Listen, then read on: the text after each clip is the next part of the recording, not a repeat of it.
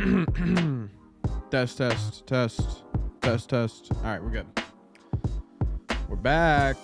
QB, what's going on? Seth, Matt, Mr. Bob Dylan, JB, Clip, Douglas, how are you? Josh, how you doing? I've been good, man. I've been good.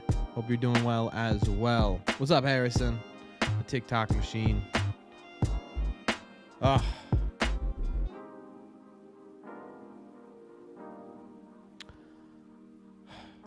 Feels good to be back.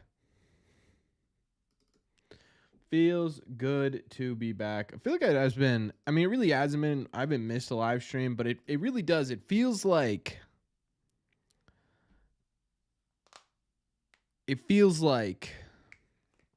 I've been away for a long time. What's up, Benjamin? How's Melbourne today? What's up, Brandon? Do I ever drink a few brewskis while casting? I haven't. I think I did one time. I think I did once last year. I was thinking about it. Oh, the Rangers smoked that first pitch. My God. What's up, Colin? How you doing, Noah? I was thinking about doing something like that. Josh, having a little a brewski chat. Maybe. What's up, Satana? Feels like a long time since we've seen you. I know. Well, it's been because it's all been pre-recorded videos, and then when I was doing videos, they were in a garage. I edit and record all my videos in a garage because obviously my girlfriend's family was in the house. I didn't want to interrupt their vacation. So, but we're back. I sound a lot better. I don't know. I tried so hard to make that acoustics work. It just didn't. The vacation was good, man. It was good. It was hot. It was hot. I was in Naples, Florida, and it was like 95 degrees every day. It felt like 103. Yeah, no, I'm not gonna answer that. Setenta. Setenta. There we go. Sorry about that. What's up, Alex? Yeah, Naples great. Yeah, Lawson. I think I'm gonna do a Matthew Lugo breakdown either later this week or early next week. It's on the docket. I got a couple of things on my list for videos this week. So we're gonna do that.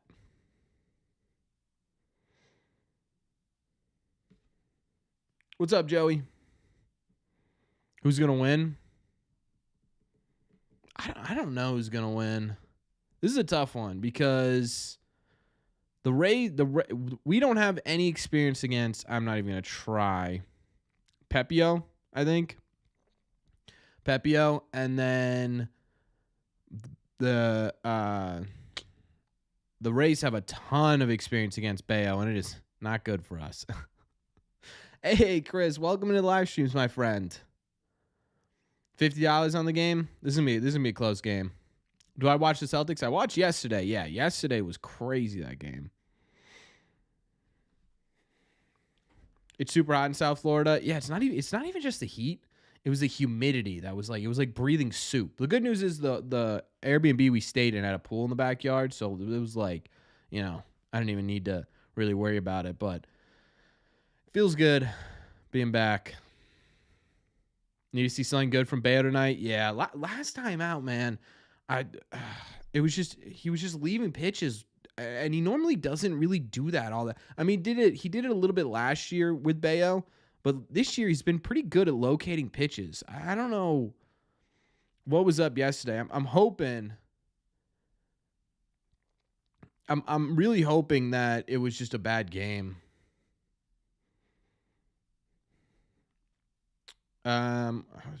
Least favorite MLB player. I don't really have anyone that I really hate. I don't like Randy Arozarena. I don't like Bo Bichette. Actually, I really don't like Bo Bichette. I didn't like Alek Manoah. Now it doesn't mean anything.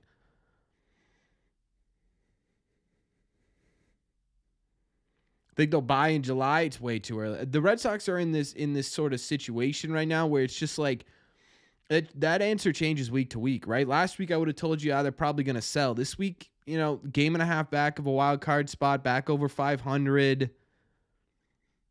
It could go either way. It's a tough one to answer. You watch me during state testing. Is that illegal? Don't like Azuna. Azuna's a good one. Azuna's a good one to hate. That's an easy person to hate. Yeah.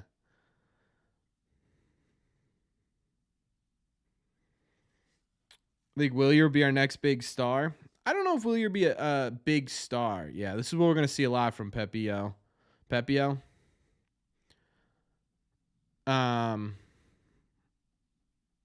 He strikes out a lot of dudes. He's got a monster fastball, pretty good slider.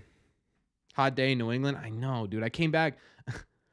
We came back from Florida, and we were like, oh man, I can't wait to get back to like a New England spring. And of course, it's 90 degrees up here too. Why Ozuna? I mean, dude, Ozuna's real easy to hate. Dylan, why do you keep saying that? I mean, the Red Sox might make the wild card. I mean, here's what I want from the Red Sox. I just want to be competitive. Just once we get to October, just be a game and a half back in October. Make it interesting. Manny Machado. Manny was my least favorite for a long time. And I'll always hate him for what he did to Dustin Pedroia, but I don't know. Do I have a 10K plaque? No, they don't give out 10K plaques.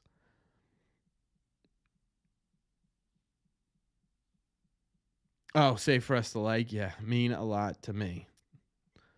I want our big three to come up together by the end of the year. Feels like they have a bit of a bond.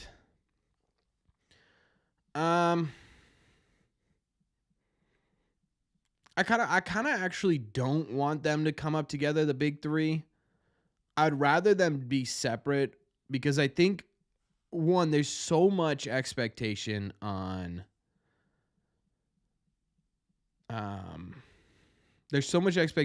them carrying this team, right? That's what fans expect. At this point, it's clearly what ownership and management expect. And having the three of them up here all at once kind of feels like, okay, let's go, right? It's time to go, time to play. And that's not necessarily going to be the case. I think there's going to be, we saw it with Casas, we saw it with Abreu. We're still kind of seeing it with Rafaela. We're seeing it with Grissom, right? There's an adjustment period to Major League Baseball. Even on the pitching side of things, we saw with all these guys pitching right now. It's what's going to happen. And so for all three of them to come up at the same time, I think would be too much expectation. I think it would be, holy hell, what are we doing? Are the Celtics playing tonight? Or they play tomorrow? I thought they played tomorrow. So I'd rather they come up one at a time. That way we sort of stagger expectations where it's like, okay, now we get Marcelo. Let's get a glimpse, right? Let's get a little sneak peek. This is the guy we've been waiting for a while. This is the dude that started this sort of whole big three thing. How's he going to look, right? What's his first month going to look like? And then we, 3 weeks later, you throw nice play. Grissom been making some good plays over there at second.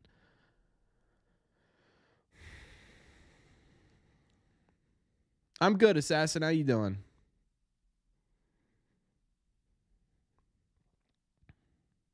I think that's a pretty good guess, Rhodes. I like that. Who's winning AL Rookie of the Year? Honestly, I haven't really. Colton Cowser's probably got to be the favorite right now. But I mean, Abreu's got. I think Abreu finished the top three.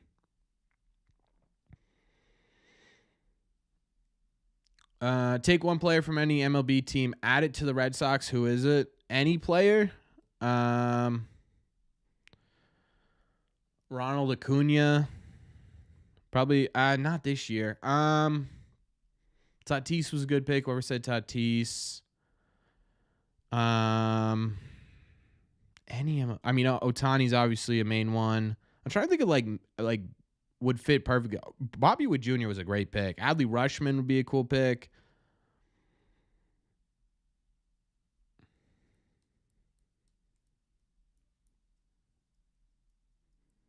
Mookie. Dylan, I mean, they're all probably going to go at the same time anyways. Gunnar Henderson's a great pick. A fantastic pick for, like, franchise altering. Yeah. Nice pitch, Bayo.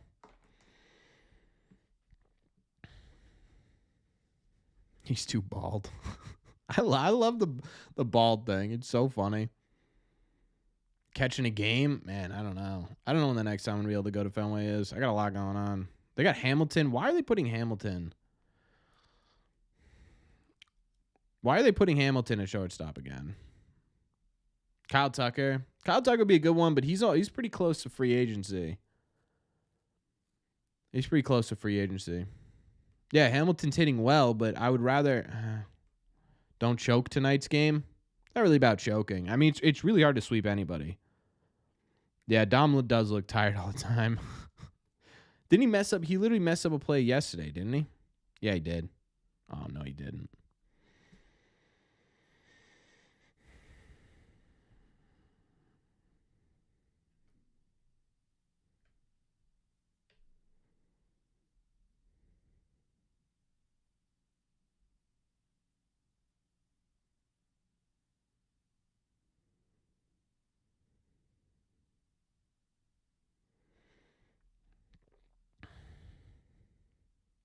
What's with the? You know what? I'm not even gonna address it. They need to sweep after all these series losses. It'd be great. Listen. I'm taking the series win though.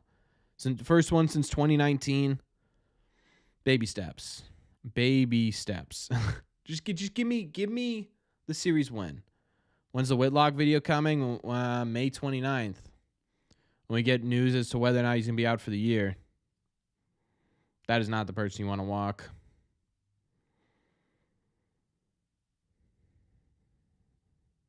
Also, Randy Rosarena never takes a walk. Yeah, the Whitlock video will come out the 29th. He's supposed to get a secondary opinion, I believe, in Boston on the 29th. Sounds like he's going to end up with surgery. I would guess. I would probably guess it would be.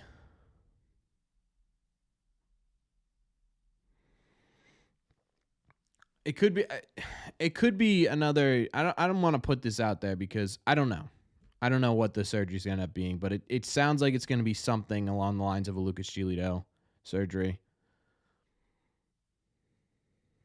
It's a great question, ZW. Whitlock should have had Ben bullpen and maybe Jansen replacement. That's bad Red Sox management.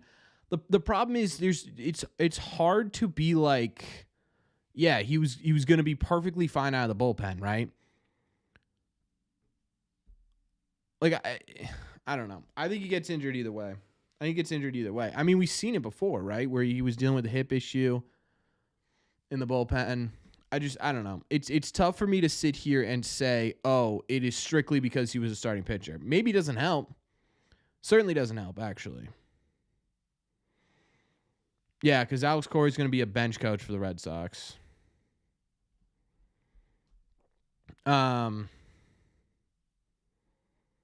Oh, he's opting in. No, he's definitely not opting out.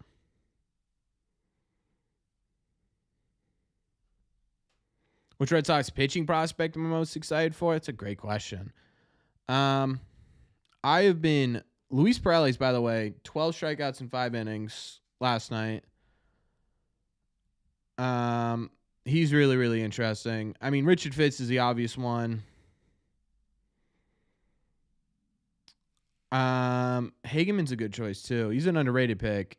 Wickelman Gonzalez looks a lot better this year.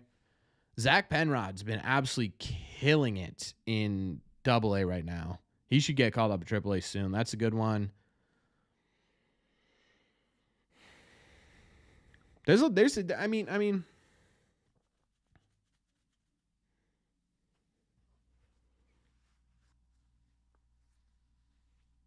What's up, Manny? Oh, I'm sure. Yeah, there's a difference, TD, for sure. But I'm saying, like, you're making the assumption that that's the only reason, right? You're just making the assumption that the only reason why he got injured was because he was a starting pitcher, and that's all on Red Sox management. The problem with saying that is there's a big difference, right? And we just don't know. Oh, come on. We just don't know what it would have looked like.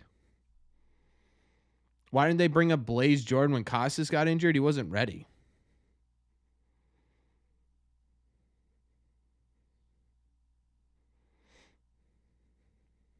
Dunk that in. That a baby Rob. Mr. Rob Refsnyder. Yes, he is for AAA. Yeah, that's still not Major League Baseball. Even if you want to say, oh, he's ready for AAA, he still needs to get good in AAA before he gets to the major leagues. So you answered your own question.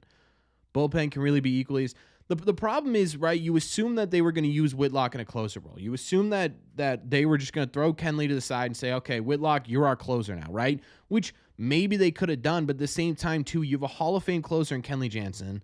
You're not going to be like, hey, Kenley, kick rocks, right? To me, it's difficult to be like, oh, a player would. It's the same argument as.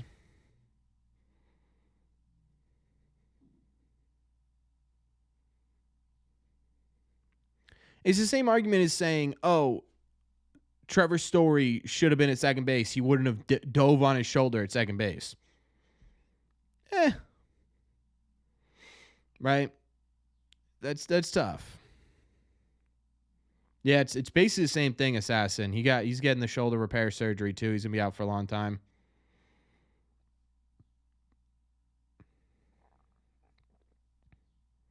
What's up, Joseph? Now the replacement for Kenley will be Liam Hendricks. Sure, that's what he's thinking. Versatility, who I don't know if he's here tonight or not. He brought up a great point, and I bet he has a lot of. I bet he has a lot riding on how they handle the deadline, because you got to think from a managerial perspective, right? How hard is it to keep up a team's morale or common goal if they're doing well at the deadline? For the past 2 years, 22 and 23, they went into the deadline close or at a major league playoff team. They did both years. And unfortunately, right, you don't do anything in 23 really. You get what? Luis Urias, right, who is going to be DFA'd really anyways. And then in 22, you sort of do both. You sell Christian Vasquez, and that trade looks fantastic, by the way. I'm not nothing with that trade. You do nothing with JD Martinez and Nate Eovaldi or Xander Bogaerts, and you come in with Reese McGuire, and that's it. So you sit there and you say, okay, if I'm the manager of this team, what am I supposed to do? How am I supposed to do that, right? And so if I'm Alex Cora, a big part of whether or not I stay is if they're going to buy into any of these teams, or if I'm going to sit here and I'm going to have to tell these guys for the third year in a row, hey, this is it. Sorry. You know what? This management doesn't believe in you. And yeah, the 2022 deadline looks great, Miles. And I'm not saying it was bad moves by any chance or by any means. What I'm saying is, if you're a manager, what's up, Dennis? If you're a manager, it's got to be difficult. It has to be. Has to be difficult. Right? When your reinforcements are Trevor Story and Chris Sale getting injured. Did I take Jessica to the wedding? Yeah. It was her cousin's wedding, so she technically took me.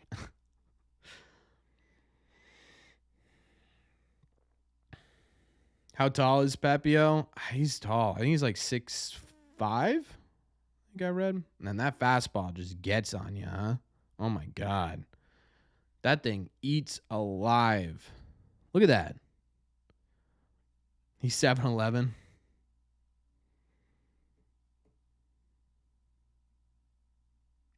TD, we already had this conversation last live stream. I'm not going to do this again. It seems like Hamilton may be maturing a little bit. Yeah, he's got something in his swing as he watches strike 3, but yeah, Eric, I know.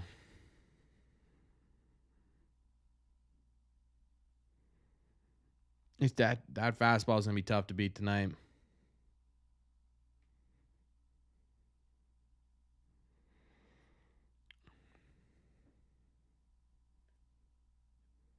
At least it wasn't Reese.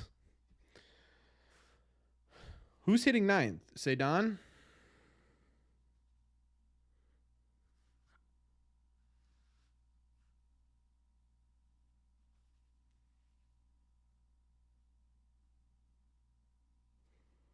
I mean, that was a well-hit ball by Grissom.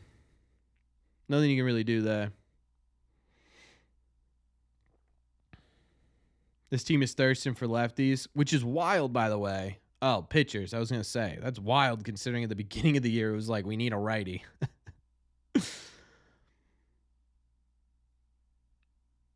Yeah, say Don got some new chains. No, Grissom. I'm really not worried about Grissom. Hard contact. It's just he's not getting it landing right now. He's really not striking out all that much. And honestly, when he does strike out, a lot of it is pitches that could have gone either way. Grissom, in all fairness, this is 2 weeks. We've seen 2 weeks of Vaughn Grissom. That's it. 2 weeks. I'm literally not worried about it.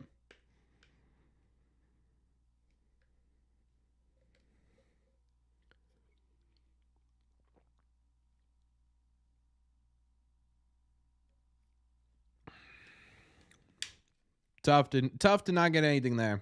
Tough to not get anything there. This feels like should have been a big moment.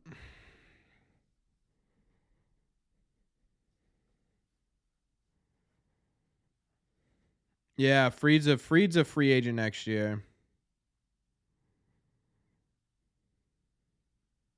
It's a hitting coach. I don't know. Because you look at a lot of these guys on this team, and it's the strikeouts just in their DNA. There's not much you can do about it, right? You look at, there have been wins, right? Tyler O'Neill's been a lot better than he's been in the past, even with his slump lately. Connor Wong's been incredible. Jaron Duran's been incredible. Rafi's having one of the best years of his career. The problem really, to me, it really isn't the hitting coach, right? Because you look at those guys and you're like, okay, those are the guys that you expect to do well, and they're doing better than you expected. The problem is, right, and this is the big problem, is Dom Smith should never have been in this lineup, or Garrett Cooper should never have been in this lineup. Grissom still getting ready. He's still getting used to Major League Baseball. He's had 2 weeks. Ceddanne Rafaela, pretty similar thing here. You could also throw in Wilyer Abreu into the win category. David Hamilton should never have been in this starting lineup, right? That's 4 guys that should have never been in this starting lineup, and yet here they are on an almost everyday basis now.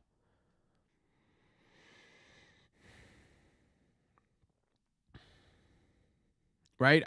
It's just, you sit there and it's like, well, what are you supposed to do? You've got 4 players on your team that at best on a normal Red Sox team are bench players.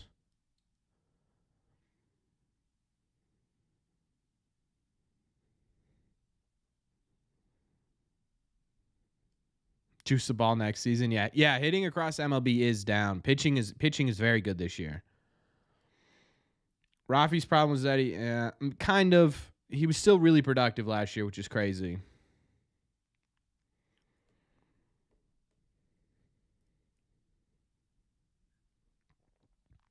Are they going to re-sign Tyler O'Neill or use him as a chip to get something good at the deadline?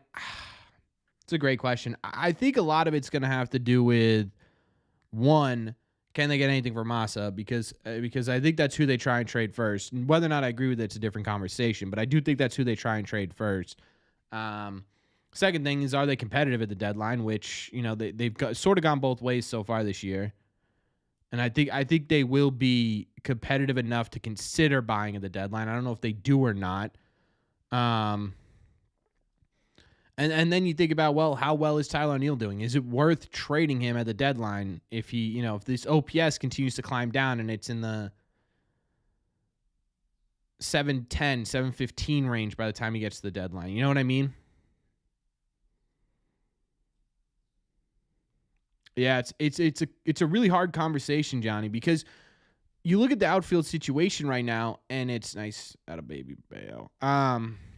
And it's really interesting, right? Tyler O'Neill and Rob Refsnyder, last year, their deals. They're right-handed. They've been hitting well. Are they worth bringing back? I don't know. Massa, Duran, Abreu, Ceddanne are all here for 6 years, 5 years, 5 years, 4 years for Duran, and 8 years for Ceddanne? Okay. You know what I mean? That's tough. But you also have Roman Anthony, we made a video today, tearing the cover off the baseball in May. Miguel Blaze, who's looking very good so far early this year. Is he going to be able to make his way up in 2026?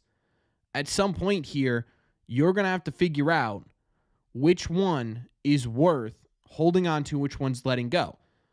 Okay, now this decision gets really hard because each of them have their advantage. Right? Each of them have their advantage. Willier, hitting the ball well, fielding really well. Cedon, possible platinum defender in center field. Jarren Duran, complete player this year. Roman Anthony could be the future of your outfield. Tyler O'Neill and Robert F. Snyder give you solid right-handed at-bats, which you don't really have a lot of. So now you have to figure out, okay, which one's going to age the worst, which one's going to, right? Is there a person I can sell now where in 5 years, the value of what we got is greater than the value of what we gave up? I don't know. I love Jarren Duran, and right now he might be my favorite player on the Red Sox to watch. Problem is, right, he's a solid bat, but he makes up for, he's alone without his speed, he's a league average bat. With his speed, he's a very well above average league average bat. Yeah, well above average bat. Right? How is that going to look when he's 33, 34 going towards free agency?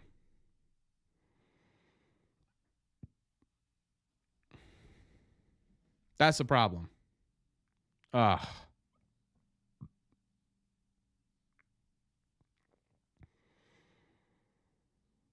Come on, Bayo.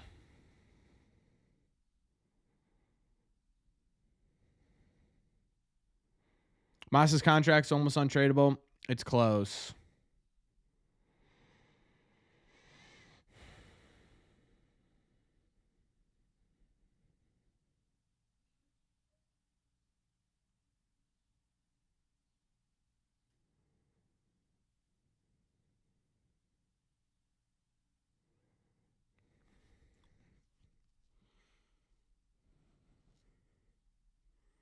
It really wasn't a bust, TD. The problem is he doesn't have as much versatility as they originally thought. That's the problem, right? Massa at the plate has been solid. He's just been injured, and he played more games than he has ever played in his entire life in his first year, right? Like, there's reasons why he's not doing well. It's not just that he wasn't good.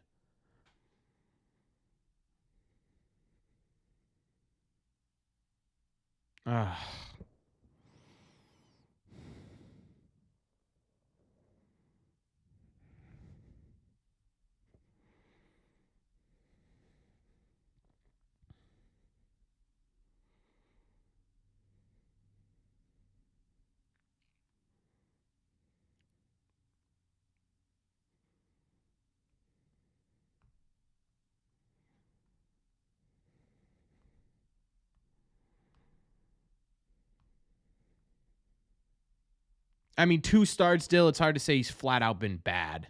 That's a tough take. It's not crazy to DH Devers. I think that's what's always going to be coming. I think it's a little bit of a ridiculous conversation right now. He's been great on the field.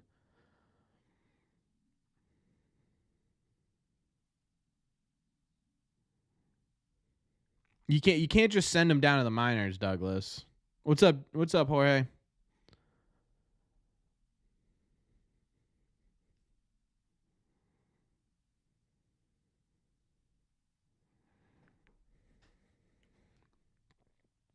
Getting hit around like every star just isn't true. What up, Prodigy?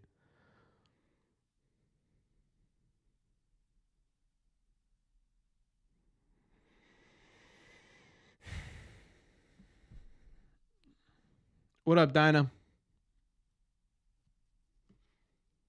I mean, he had like a 3.12 ERA coming into the Cardinals start. That, to me, like calling that terrible is tough. He just needs to make adjustments. And I think a lot of it is, I don't know. It could very easily be Could very easily be him still trying to get back right. Maybe his mechanic, you know what I mean? Like he'd spent time in the IL. There's a conversation here to talk about whether or not his mechanics are right.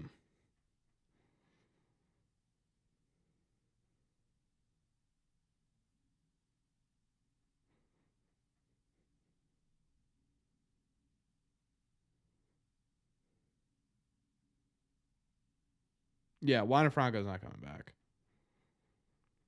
He's getting hit by teams that aren't good, though. It's 2 starts, right? That's like saying Grissom's a terrible player after 1 week, or that Tristan Casas should have been traded after a month, right? It's you're talking about 2 starts over the course of a season coming back from the IL. It's not like this dude has been doing this for 4 months.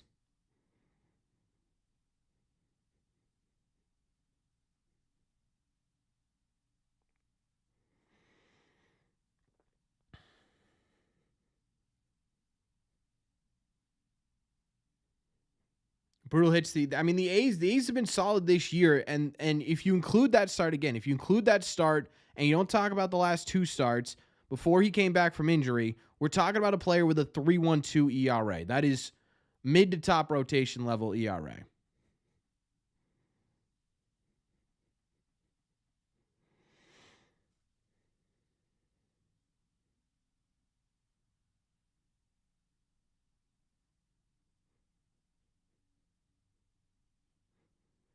Yeah, there's your shot, AJ. Just not now. I don't really think he's living his life.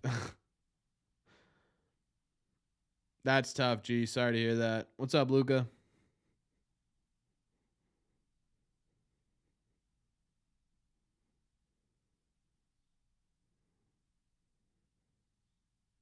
That one might be on Dom Smith. How long until Houck is under team control? 2028.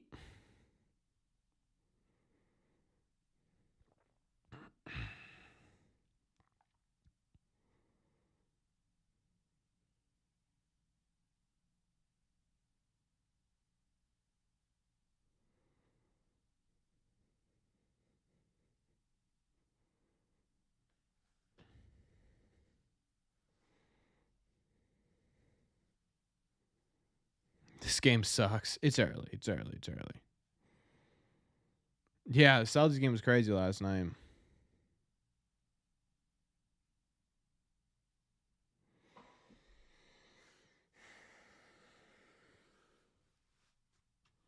It's all right. We got time. We got time. They were down 2-0 yesterday, too.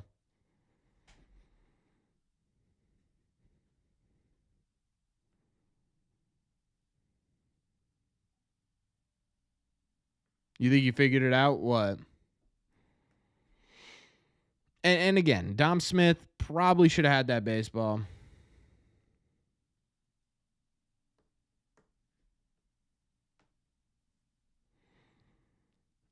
I'm not worried quite yet. And again, they already won the series. This is just sort of a whatever happens.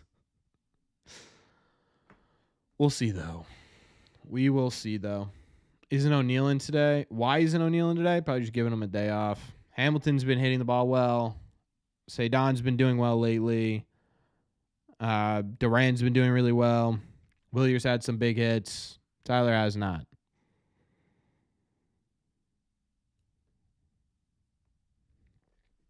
Yeah, North. And it's not just score, please. It's directly below me. Directly below me.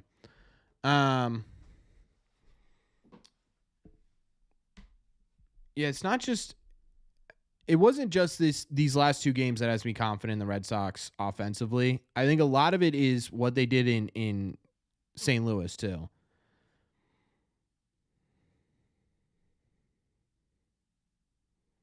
How long do I think until Bale finds his groove?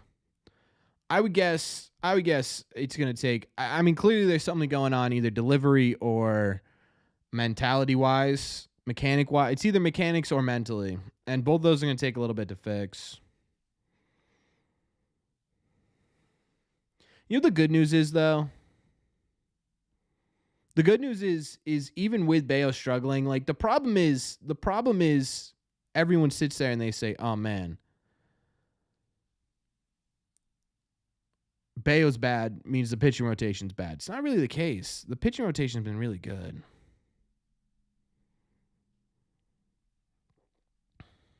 Yeah, Dennis, that's the problem, right? That's the problem. And I tweet that out, and people are like, "Well, yeah, he's just not worth it." But he's been. It's not just fans that have so closely linked Brian Bayo to Pedro Martinez. The Red Sox themselves have done it too, right? Where they've talked about, "Oh, Pedro thinks this is the next guy. Pedro this, Pedro that." Now every time he goes out there, everyone's expecting Pedro Martinez, and that's just not fair on Brian Bayo, who's in his second year in Major League Baseball, who's still trying to get himself accustomed to Major League Baseball and continuously making adjustments to hitters making adjustments against him. Right?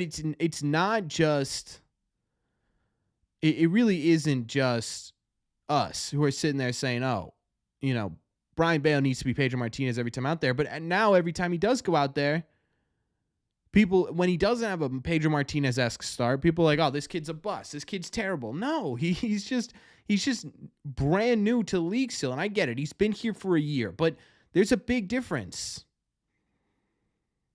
Teams now have a book on you. Teams adjust to you. You have to make the adjustments back, and that's going to take a little bit. It's not going to happen overnight. It's not. And when you try to make those adjustments, sometimes things fail. Well, welcome in, Ansu. Sometimes those things fail, and you gotta go back to the drawing board.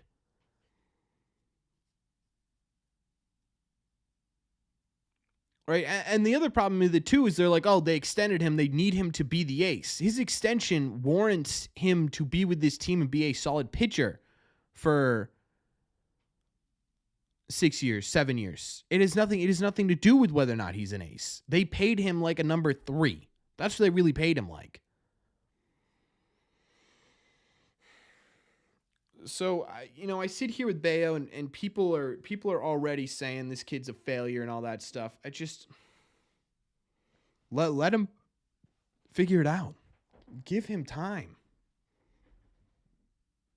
We've, in all honesty, Shooter, in terms of overachieving, underachieving, statistically, we've very underachieved. Do I actually think Bayo will be an ace caliber pitcher in the future? I don't know. We talked about this. I think he's got ace potential. Does that mean he's actually going to get there? I don't know. What do I mean statistically? When you look at luck statistically, like you look at runs scored versus runs given up, they are a top 10 pitcher or a top 10 team in the league, yet record-wise they're not. You look at winning percentage per game, their winning percentage per game is looking probably right around a like 20. What are they at right now? 25 and 24? Probably like 29 and 23? 20. Like they've statistically underachieved from what they've done so far.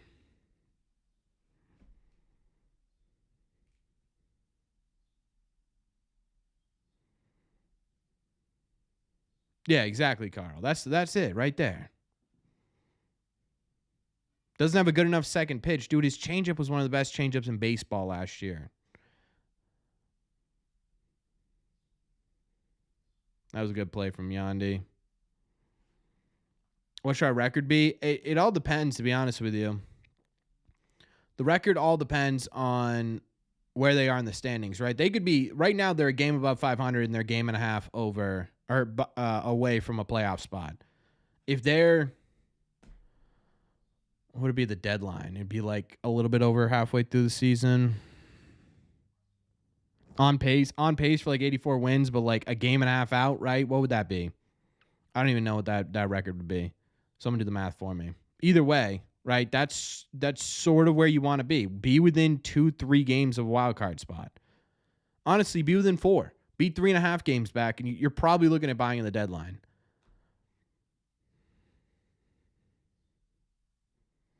What's going on, Masa? Yeah, he messed up his thumb. Doesn't need surgery, but probably won't swing for a while.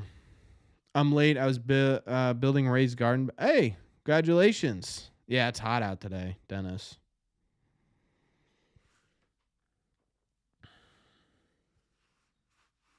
Who's my GOAT? I mean, from my generation, it's obviously David Ortiz. On Phantom IL, no. I mean, for him to go to 3 different doctors, it's definitely not Phantom. If it was Phantom IL, they just wouldn't have said anything, right? When we saw Kluber go onto the IL for his Phantom thing, it was just sort of like, oh yeah, he's on the IL, and that was it, right? Matt Barnes was sort of a similar thing, where it was like, oh yeah, he's on the IL, and then you don't hear anything about him until they think they figured something out, and they can put him back into oh, he's going through his rehab process. Right, for us to get so much information on Masataka Yoshida trying to figure out what's going on, to me, it's not a Phantom IL. Has it been confirmed? No, we'll find out the 29th, Carl, whether or not he needs surgery. I would venture to guess it's yes. I'd venture to guess he's probably going to get something similar to Giolito and Story.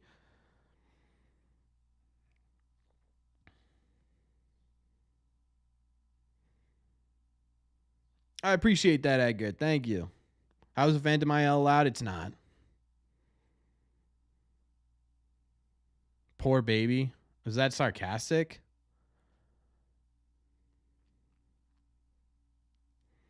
What's up, John? Someone in the organization leaked it. Yeah, until I get it from a reputable source, I'm not going to say anything.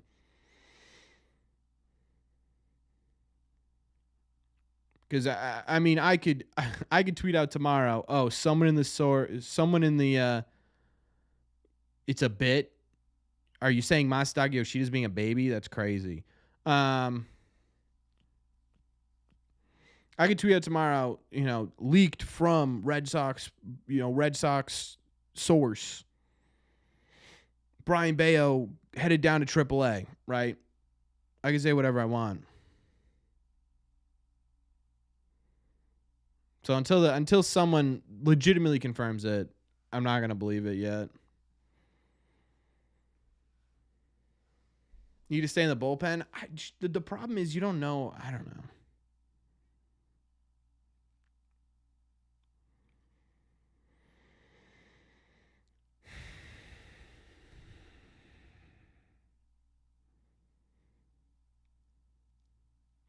Randy loses bat a lot. Didn't he do that last year too on a strikeout?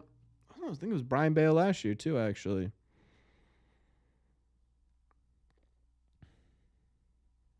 Can I get that link, E, to where he needs surgery? Do you want to tell me the article name or something?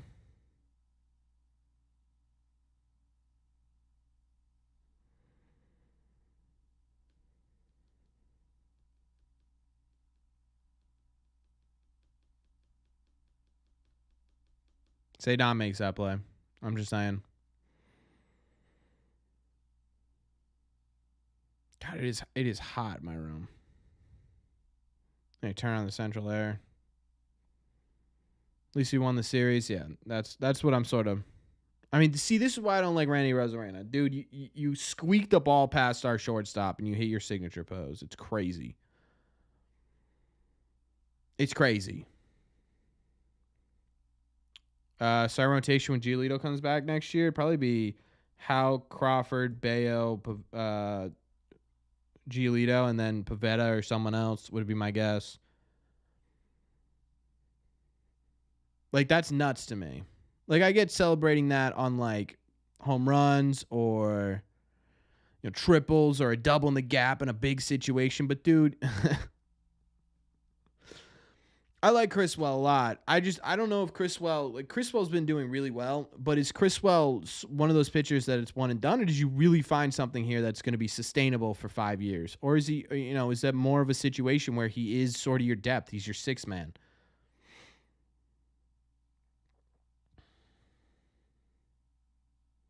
That's my question with Criswell. Because, like, to me, Criswell's great, but Mata next year, Mata won't be in the rotation next year. No. We will take that all day. Thank you, Blue. Thank you, Blue.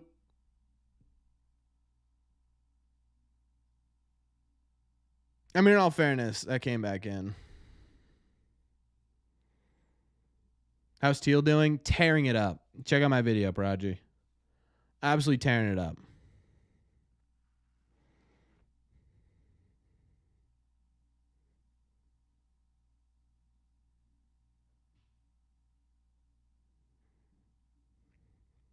What would I give up in players, prospects if Miami plans to move Jesus Luzardo?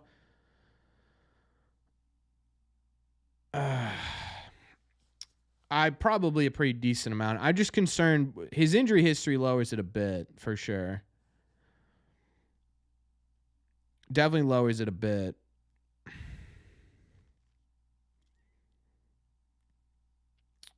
I mean, Miami's going to be looking for offense. So, I mean, they probably asked for one of Jaron Duran, Willie Abreu. So you have to decide between the two of those. Out of baby Bayo. See, make adjustments. There we go.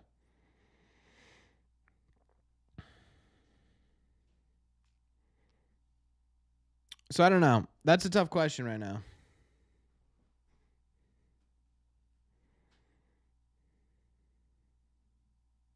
Yeah, Dennis. That's yeah.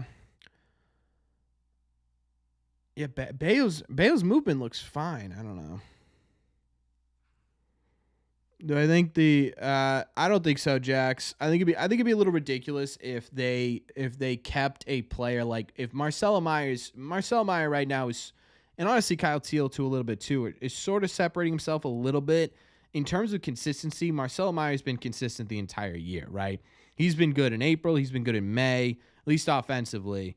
Kyle Teal has been okay in April and he was really good in May.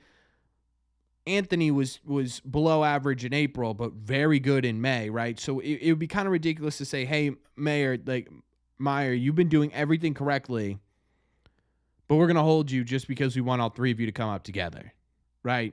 You don't want to stunt one guy's development to allow everyone else to catch up to him. So, personally, no, I hope they don't do that.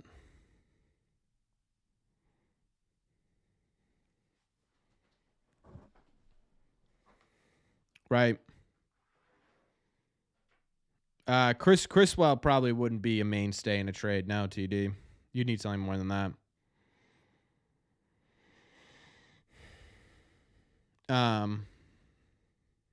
Penrod 2 years away? Depends. Penrod's been slicing and dicing in AA. I wouldn't be surprised to see him. I could see him next year. The other thing, too, is he's what, 27? So, I mean, you certainly don't want to wait until he's 30 to debut him.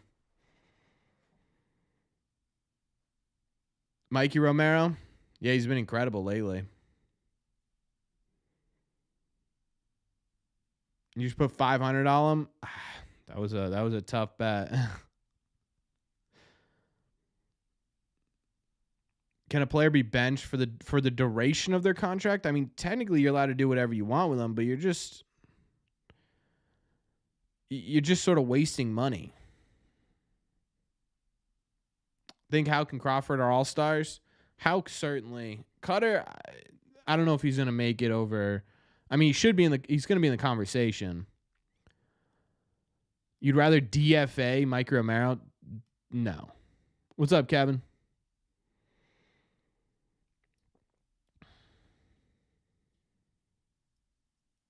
What kind of package? One, do any of that? A lot. You're going to need a lot to get any of them.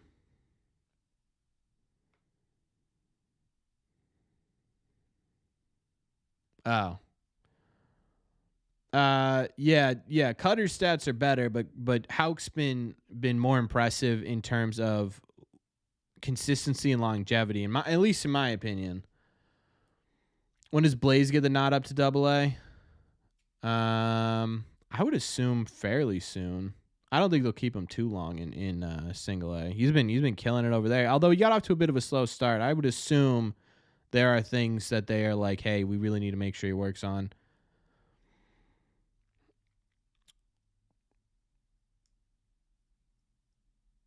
Yeah, they're not gonna, Carl. The thing is with the top three prospects, I think a lot of people have sort of just accepted that these guys are gonna be here. They're gonna at least give them a shot, right?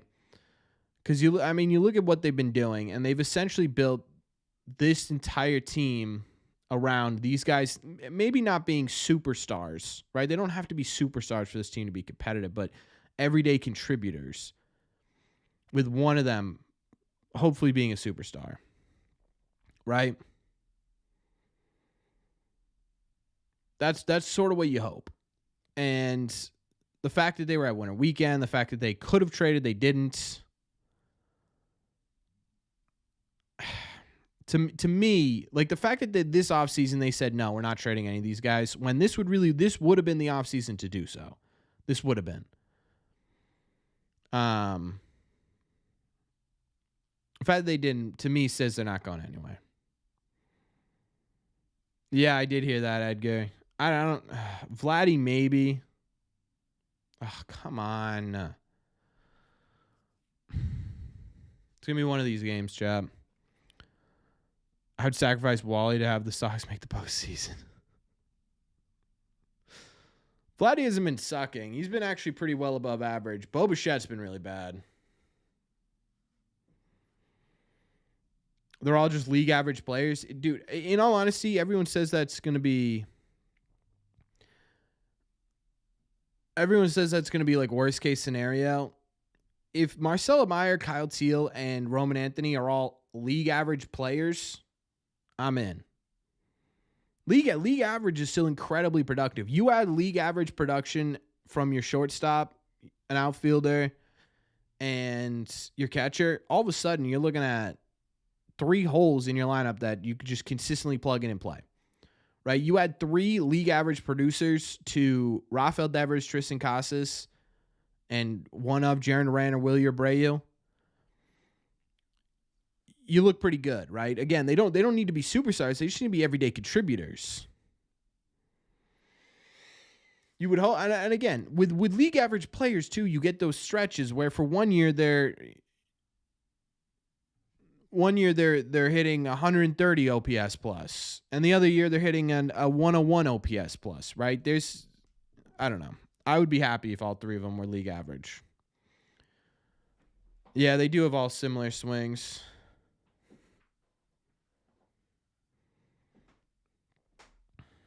Mike Piazza? I wouldn't put Teal with Mike Piazza. His defense is not there? I wouldn't say that. No. I don't believe that.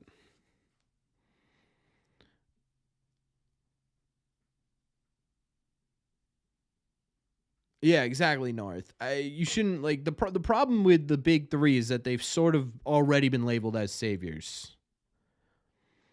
That's sort of what they've been labeled as. Piazza was never a good defender. Teal's a good defender. I don't know.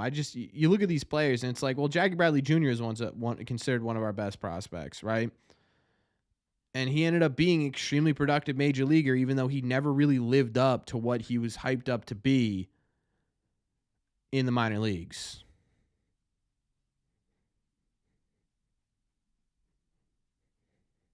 I don't know.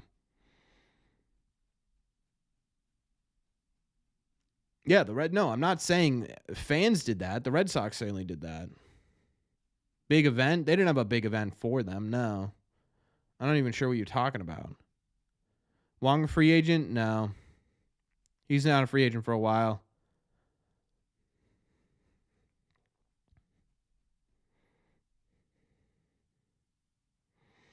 No, Wong isn't a free agent until like 2029. What happened last time a group of people referred to as the Big 3? I mean, technically they won a ton of championships in Miami. What'd they win, like 2? Big 3. The last one in the Red Sox system was Mookie, Xander, Benintendi. They won a World Series. They pranced him out for a big interview. I mean, it really wasn't a big interview. I was there. It was just a panel. Like, I don't think it was a big interview.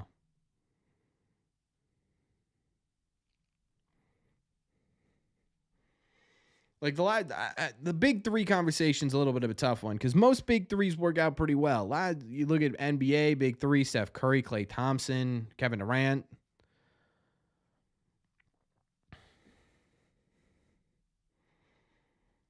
You look at again in the Red Sox system. It was Xander, Mookie, Mookie. It was either Jackie or Benintendi, realistically, and they won a World Series together. So it was all a joke. It was because Henry was covering for being so cheap. Yeah, I mean, Henry was cheap. You think about it, the problem with saying Henry was cheap, and he was, there's no argument there. Who would you have spent on that would have made this team better, though?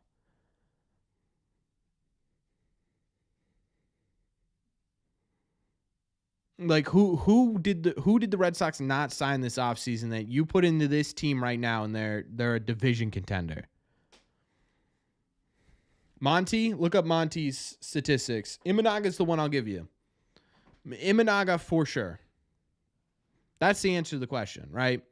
Imanaga, but does he make you a division contender? That's the question, right? Does he improve this pitching staff enough to make them a division contender? I don't know. I honestly, I don't think so, because the Red Sox still have the best ERA pitching wise in Major League Baseball. Although Bayo's doing his part right now in the last two games to try and ruin that, and they're where they are right now, right?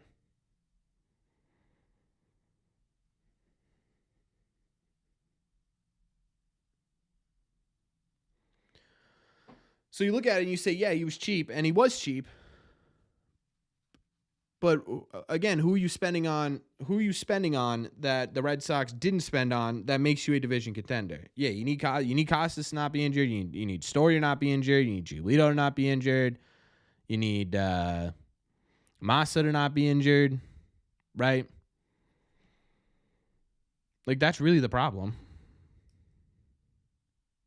We never even really saw what this Red Sox team was supposed to look like. We saw it for what, 6 games? Not even. Giolito got hurt before the season started. Story got hurt game 6.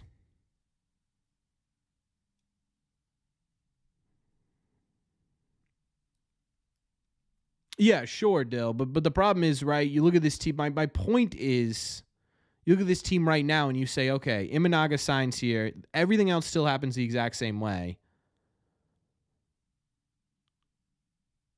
What are they? They're probably, 27 and 22? Right? That's not near division contention. And an actual closer. I mean, Kenley's annoying because he's so heart racing, but he's given up 1-2 games this year. That's the other question, Kyle. Would Tanner have started if Imanaga was on this team? I don't think so. David Hamilton, catch the baseball.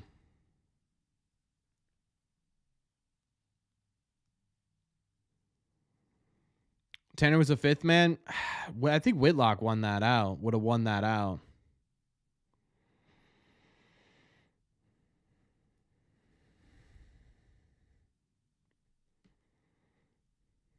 So I don't know. Hicks. But again, Jordan Hicks looks great. The question is, would Bailey have been able to do that? 1. And 2, again, does that make you a World Series or division contender? No. Teoscar Hernandez might have gotten us more wins. Could have. Maybe offensively, but defensively hasn't been great. And on top of that, too, you trade for Tyler O'Neill, and then you say, if we can get Teoscar on a 1-year deal, that's great. But if you had gone for Teoscar Hernandez the way that Red Sox fans would want him to, you probably aren't getting Tyler O'Neill. Who would you rather have?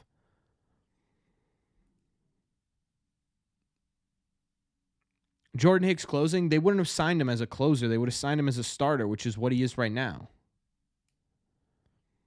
Yeah, but the problem with that, Brent, is you had to get someone to take Yoshida in a trade. You would have had to take him.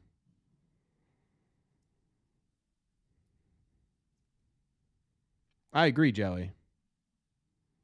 Trade for Mason Miller. If they trade for Mason Miller, that'd be incredible. Could have re-signed Paxton. But again, what does that do for the Red Sox? Does that make them give them one more win? Great. They're 8 games out instead of 9 games out. What's up, Wes? How about Willie Adames? Oh, yeah. The A's are going to be asking for everything, but it'd be cool to get him. Willie Adames would have been interesting, but where would you have put him, right? You get Von Grissom. You come into the year assuming Trevor Story was going to be healthy. You can't predict that he was going to get injured like that. Where do you put Willie Adames? You don't, really, right?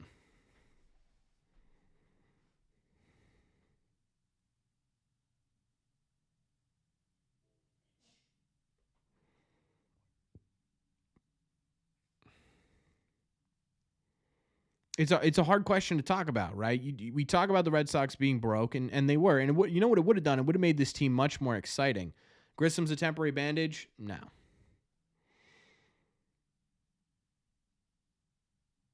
You don't trade for a guy who has 6 years of control for a temporary bandage. If it was a temporary bandage, a guy like Whit Merrifield would be here.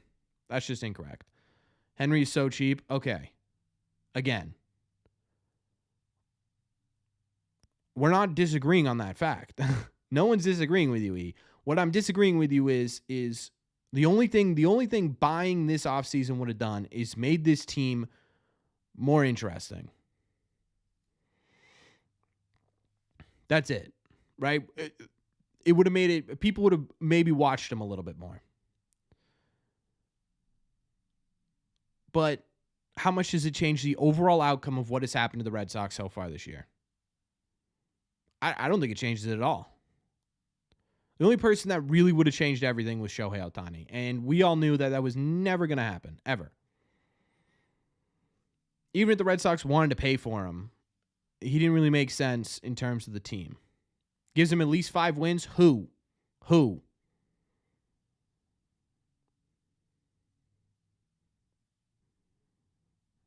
Yeah, the Red Sox bats have looked good lately.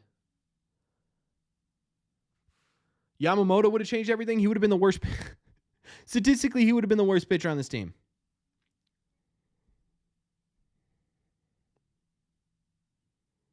So far throughout this year. He's pitching really great. Him specifically is not going to make you a division contender. From what we've seen so far.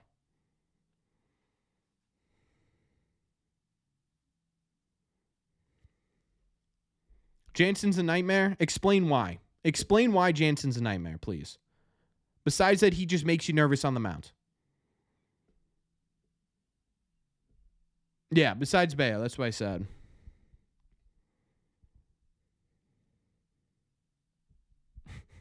Yeah, might need to, North.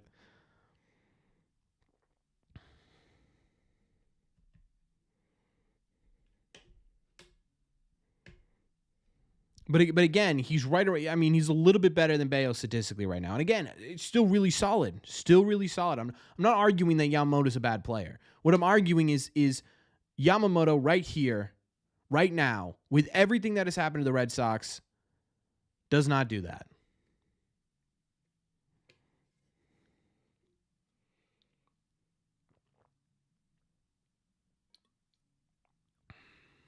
What's up, Cody? Yeah, hoping for a little offense right here. Maybe we need a backwards hat.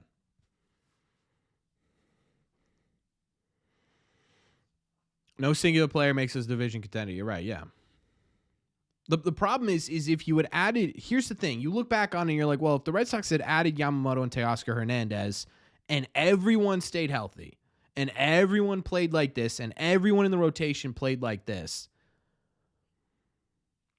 then yeah, maybe. Right? Maybe you're a division contender. But you can't just say, oh, if they had signed these guys, everyone else stays healthy, because more than likely they don't. Trevor Story probably still dives for that baseball. Tristan Casas probably still cracks a rib or cracks a cartilage or whatever on that swing.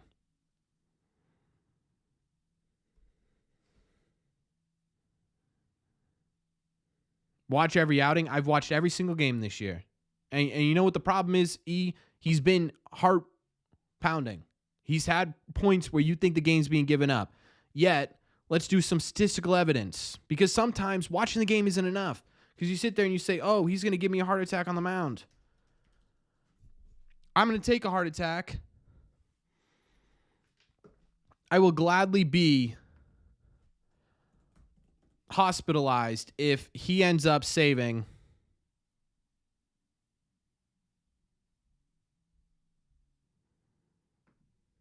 88.9% of the games he plays in. He has blown a singular game this year. One. That's it. One game. So let's play this game. Kenley's the reason the Red Sox suck. Kenley's here. The Red Sox are 26-23. Right? 26-23. Is that correct? Yeah, it is. What does that do? What does that do? I don't care that no one wanted him in the offseason. We're talking about statistical performance right now.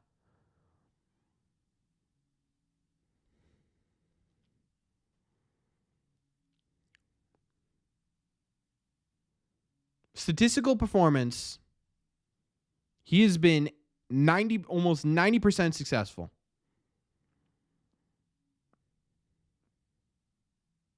That makes him a what? A? B plus B plus closer? A minus closer? Okay.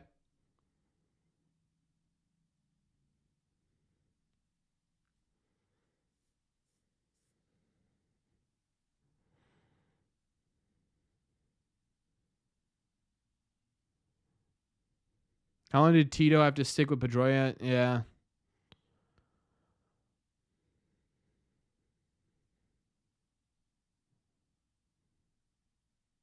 Grissom's due here. Grissom been due for a while, man. You can see that swing's getting there.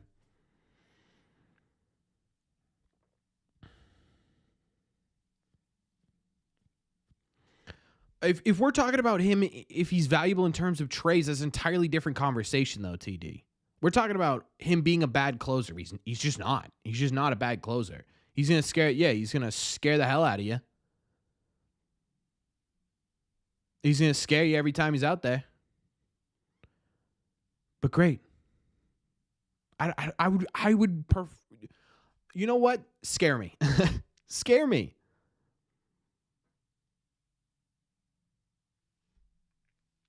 What big bag? What are you talking about, E?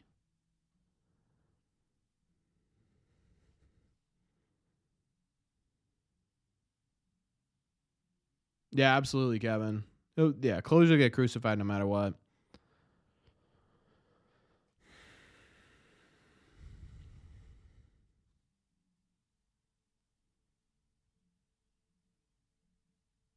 And you know the big problem is people say he sucks, and then we'll lose him, and I don't know, Justin Slater or Chris Martin will come into that role, and they'll end up being, I don't know, 70% successful, 80% successful, which is still pretty good. It's better than nothing. Right? And people will be like, oh, I miss him.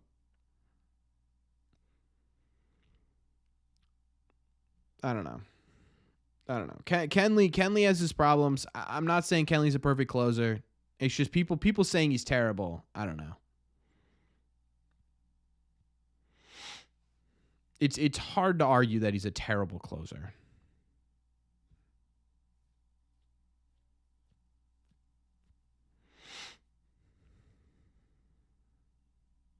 Jeffrey Springs. Kenley's pretty terrible. King. Coming in here raising my blood pressure. All right, we got to do something here, right? You got to do something with this. 9-1-2, no outs, runners on first and second, speed on second.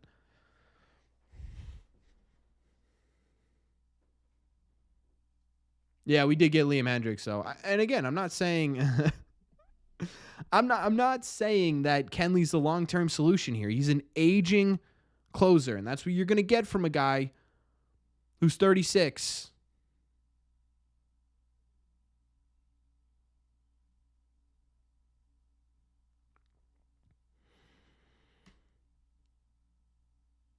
Oh my God, Seydon, get out of here. Get out of here. I'm taking that all day. That's scoring 2, right? Or is that just scoring 1? Give me that Cedon all day. I thought that ball was tanked. Grissom, what are you doing?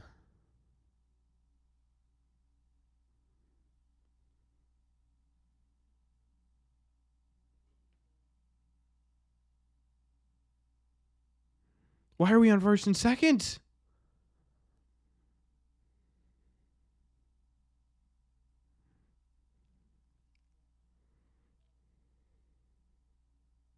I guess it's because that ball should have been caught, but good Lord.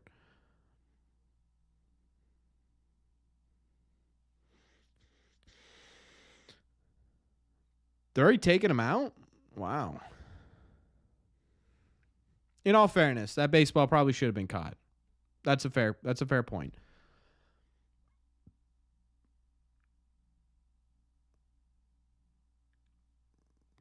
Later in the season, I mean, what are we waiting for? You want to wait until what? He gets hurt or something? Has one bad outing?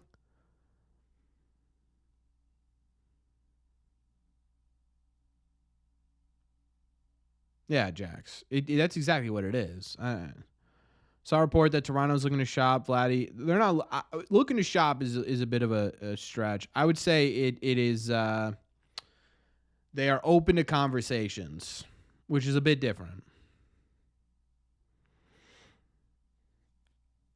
All right, they're listening to it. From what I understand, from what I've read, is they are they are listening, but the price tags are insane.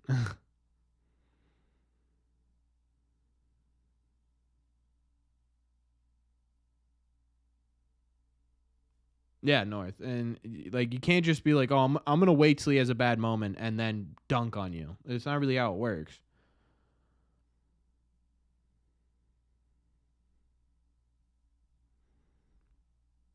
Well, TD, we're not really talking about paying him. We're talking about trading for him.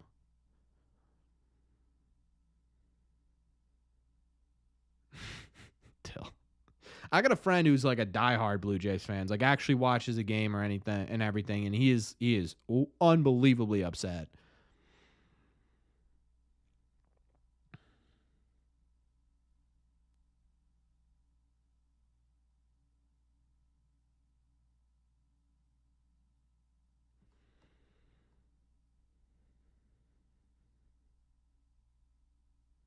No, not necessarily too true, TD. It just depends on what they need. Kyle Schwarber, Hunter Renfroe, Jackie Bradley, Luis Arias. I mean, like, it's tough to be like, oh, everyone they trade for needs to be signed. They get 2 years out of Vlad. Yeah, they want big prospects. It's not in Theo's DNA to trade big assets.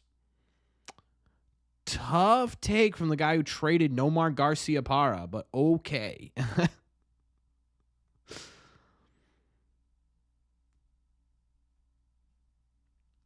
What's up, Steven?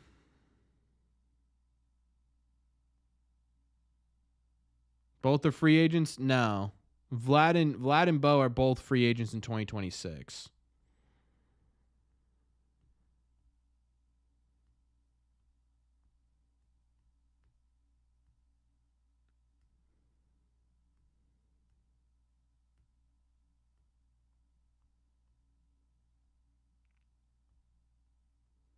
I mean, both in all fairness, both players waited to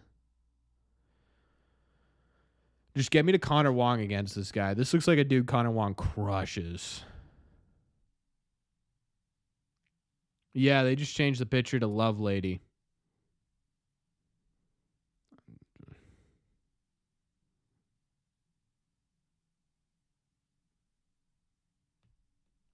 Yeah, that'd be sweet, Steven. Yeah, exactly, Joey.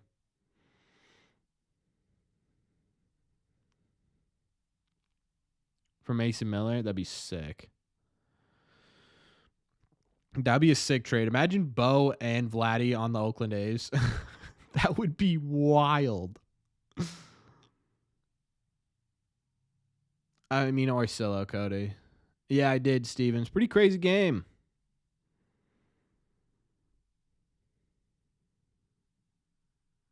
Atta baby Willier. Patience. Give me Connor Wong in this spot, please.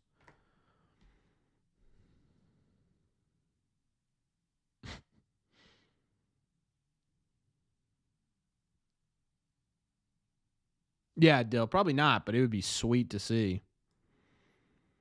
Like, imagine that. That'd be wild. Yeah, no. I don't think Vladdy or Bo's actually getting traded unless the team gets really desperate at the deadline. And really, it'd only be Vladdy.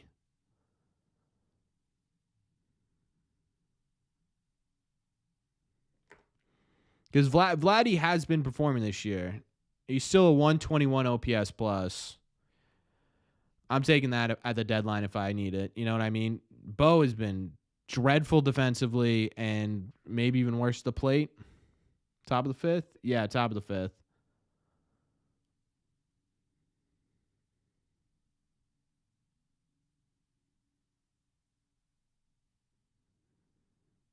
Nothing's worse than the Oakland A's. Yeah, I kind of feel bad for that. I mean, to me, it's tough.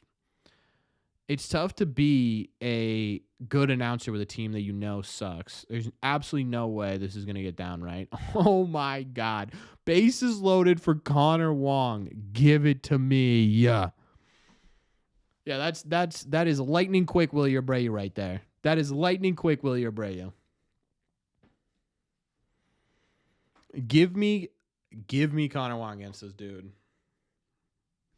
I love this matchup right here. Oh, please give me something crazy.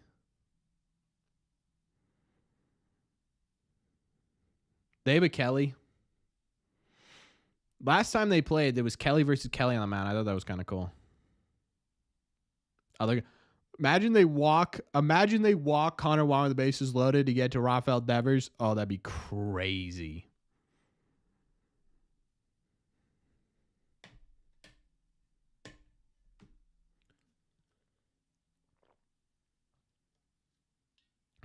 All right, not looking at chat. I've stopped looking at chat in big moments here, and it's not because I want to ignore you guys. It's because you guys are ahead of me, and I don't want anything spoiled.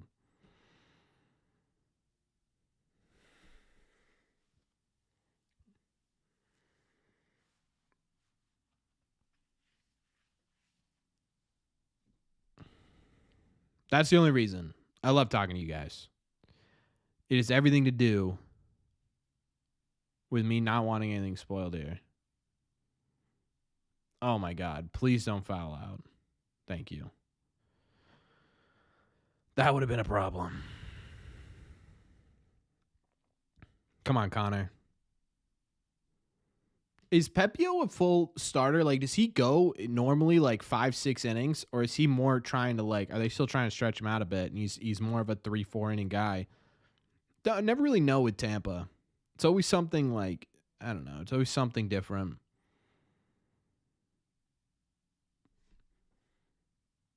What did I tell you? I wanted Connor Wong in that spot every day. Safe. Connor Wong, bases loaded against that bum on the mound love lady. I knew it was going to end up big, baby. We got ourselves a game. We got ourselves a game, ladies and gentlemen.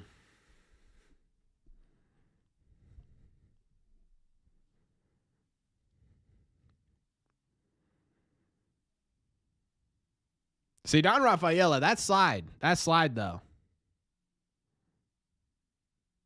Just barely. Are they reviewing it? No, they're not reviewing it, right? No, sir. Now we got scoops with bases. Oh, not bases juice. First and third. Come on, Rafi. Show me something. We're going to swing straight through that. I like the swing, but maybe we make contact this time, huh? Man, Rafi. I'll talk about it after this at bat. I don't want to jinx him.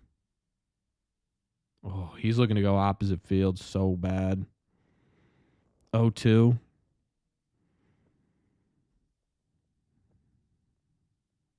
You know the problem with You know the problem with me commentating on these games is there's so much time in between pitches. I feel like I have to look at chat, and then you guys are ahead, so I already see what's going on. So I'm like, oh, a pitch ahead. Yes, they did, Steven.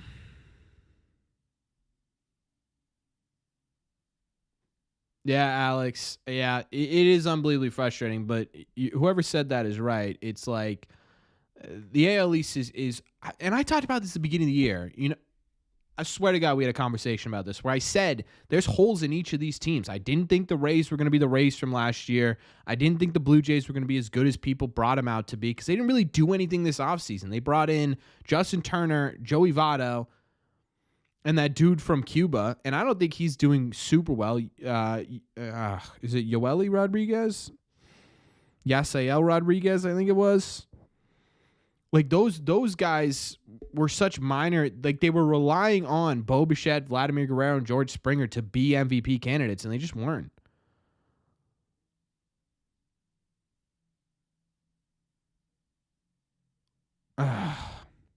Yariel, that's it.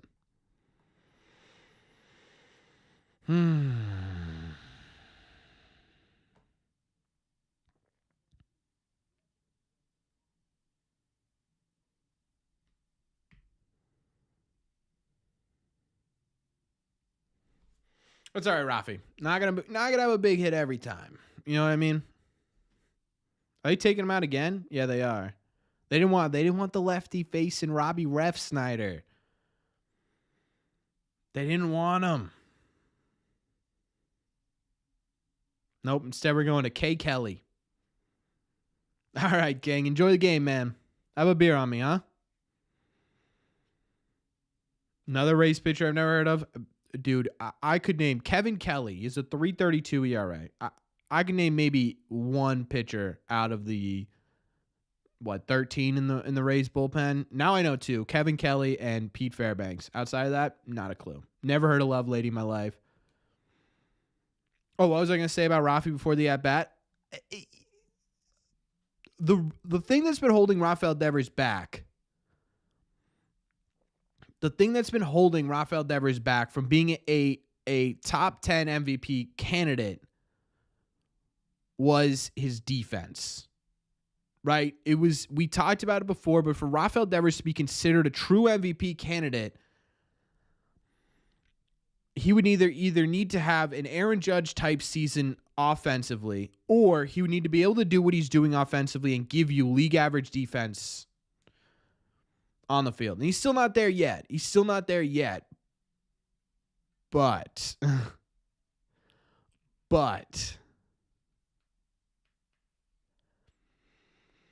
he's looking a lot better, and I hate saying this because every time I say this, it immediately comes back to bite me squarely in the butt. But Rafi's been solid defensively. He has been, and he's been hitting better right now, especially over the last week or so, than he's ever hit in his career. Right?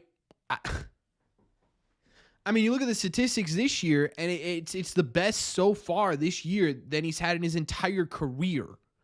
You combine that with league average defense, that's a legitimate MVP caliber player. I'm just saying. Rafi hits 30 bombs. Was it UE? We did a hot take video at the beginning of the year where I talked about this, where I said I don't think Rafi's going to be an MVP candidate because I don't think his defense will ever truly improve to the point where he could be. I lied. Who's batting? Rob Refsnyder. I bought my dad tickets to the Sox Seinfeld night. Oh, that's awesome. What a great gift. Yeah, so someone at the beginning of the year. That would be Crazy Ghost? No. We did tie it up. All right, Robbie. Show me something. 2 outs, 2 strikes. Dunk another one, huh? Oh, my God, he is. Dunk. Sit. Be safe. Connor Wong wheels. Ladies and gentlemen, here's what I want. I want every single person in here. I'm so far behind. I know. I'm always so far behind. I want every single person in here that said this game was over to apologize to Robert Ref Snyder right now. I'm sorry, Robert, in the chat.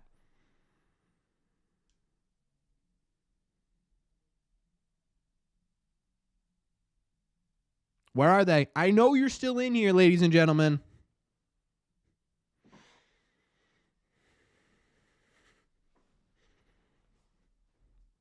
It was only one guy. Well, that makes it way less. Makes it way less entertaining. Bale's gonna sell. I want an apology. I want an apology. It was the one-armed man. It was the one-armed man. Dom Smith dunking baseballs. Here's what we're doing. You know what we're doing right now? We are doing what the Rays do to us every single game. They sit here and they bloop, bloop, bloop, bloop. Little skirt one. That's what we're doing right now. That's what we're doing right now, and I love it.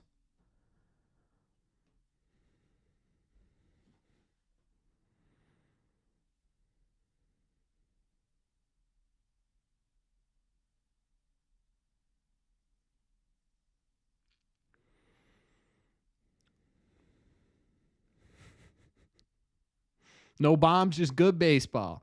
It's gonna be. I'm gonna make a T-shirt. I'm gonna make a T-shirt. No bombs, just good baseball. Oh, sit. That was solid contact too. Even Dom Smith. Haven't updated the score. It's right here.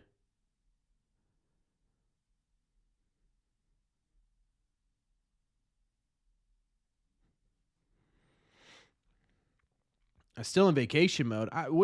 Can you guys not see the score? Can you ever play the show for us? I think about doing it a little bit this off season. You guys, like, that was a genuine question. I wasn't trying to be rude. I'm genuinely asking. So if you can't see it, I'll move it.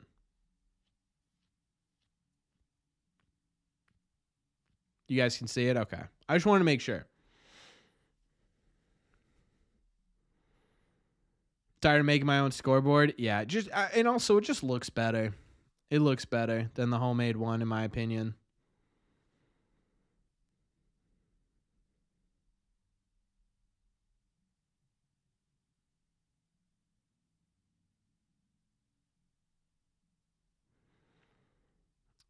I think you're talking to yourself, dude.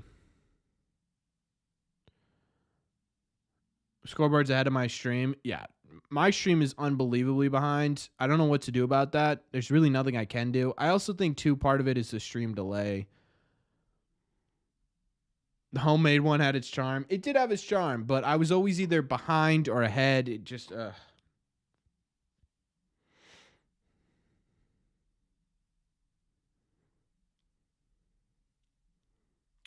does anyone know who E-Trin is talking about?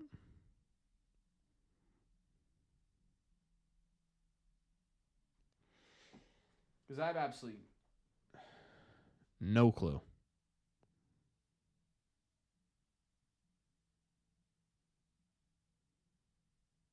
You put both scoreboards up?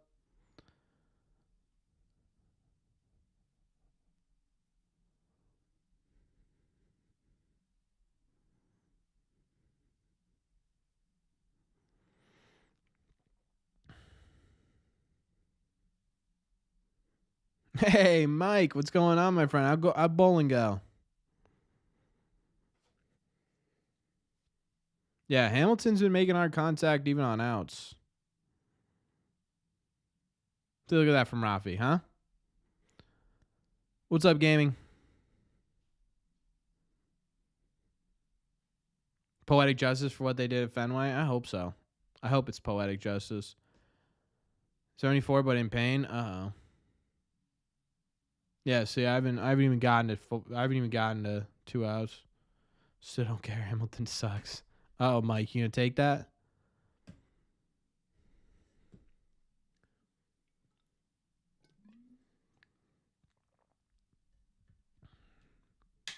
Is Hamilton getting hot? He's looked a lot better lately. I don't know if he's done too many things in this series specifically. Didn't he have a double? You know what really drives me nuts? It has nothing to do with Hamilton's like performance or anything. When he hits, that was an incredibly quick inning. Not a baby. When he hits a baseball, he immediately grabs his helmet like this. If he didn't do that, he'd get like an extra step. Oh my God, he would hit an extra step.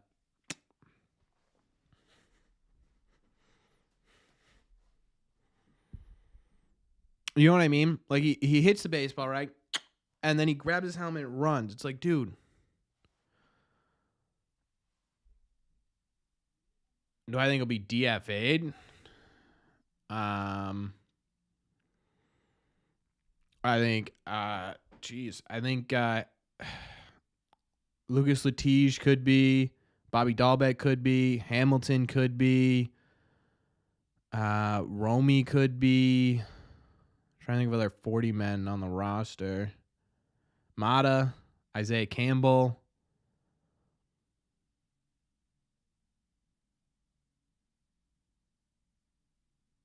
Sorry.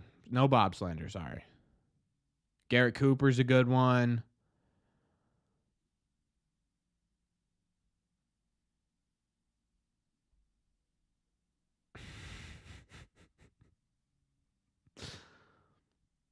They're up 5-4. Yeah, a whole lot of dunking and diving. You know what it was? Whoever said it, I forget. Was it Dill? No bombs, good baseball, baby. Who's the biggest injury for the Red Sox, in my opinion? It's Tristan Casas, even over Trevor Story, I think.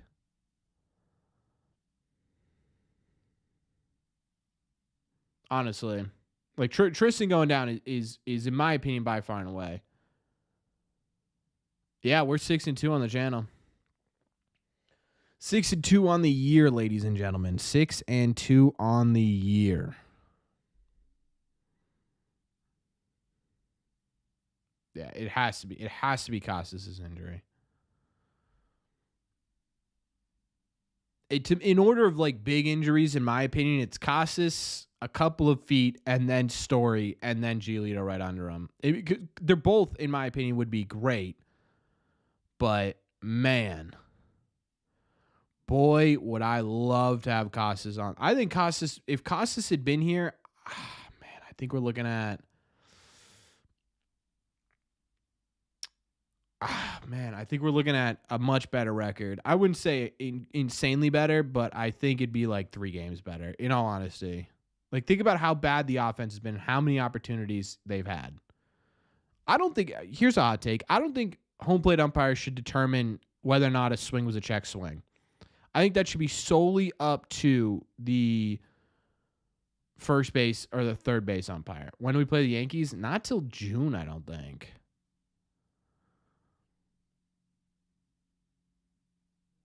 Oh, on my list, where's Yoshida?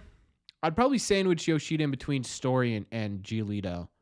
I forgot about it. It was a strike not on the swing. Oh, God.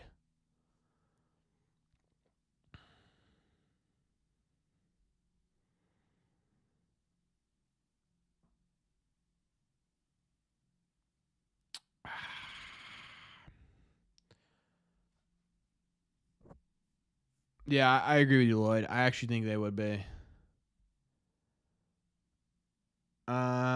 If the Red Sox are buyers of the deadline, who would you want them to go out and get? If they are sellers, who do I jetson? Man, great question. Wow, Diaz, brutal. If we're buyers, it depends on what the health of the lineup looks like, in my opinion. It depends on if Casas is back by the deadline, which I think he has the opportunity to be. He wants to be back the day his 60 days are up. I don't think that's going to happen. I think we're going to see him probably mid-July would be my guess.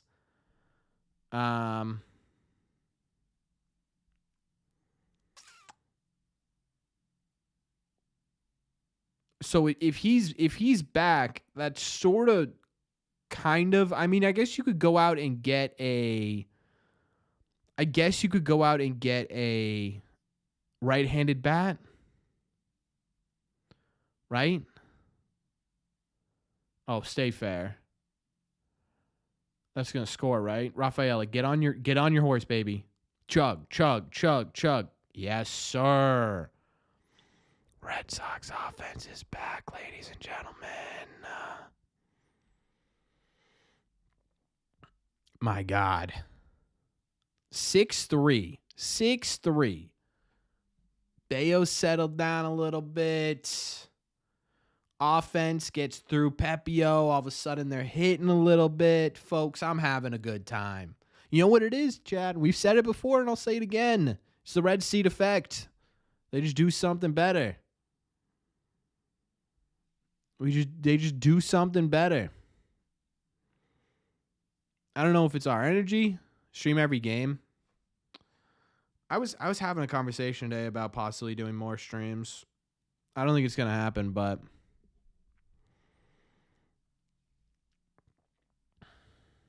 yeah, it is, Connor. And Rafael is really not included in that because they extended him. It's really between Duran and Abreu. I think ideally they'd like to get rid of Masataka Yoshida and make Willier more of a full-time DH, or Duran, or even cycle through it. I don't think it's going to be possible to do that, to be honest with you. Me? I had my share this weekend, Van. Plus, it's Memorial Day weekend. We'll have some fun.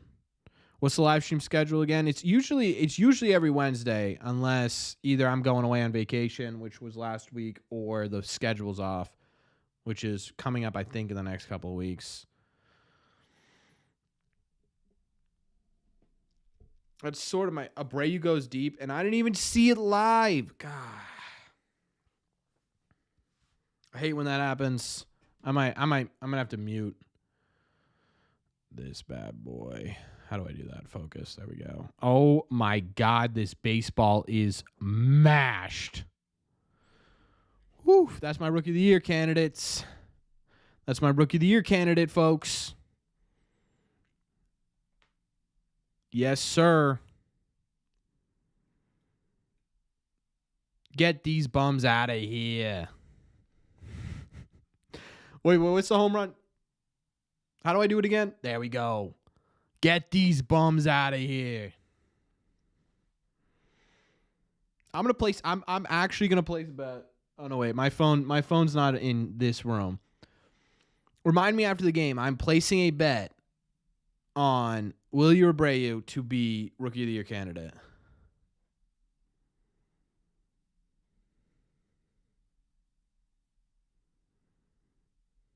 They got to keep Abreu and Duran. I don't think they can, unless they trade. No, dude, you're behind.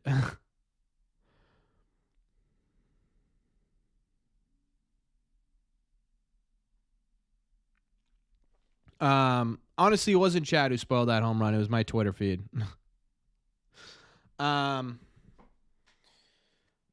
Yeah, unless they trade, it's such an interesting conversation.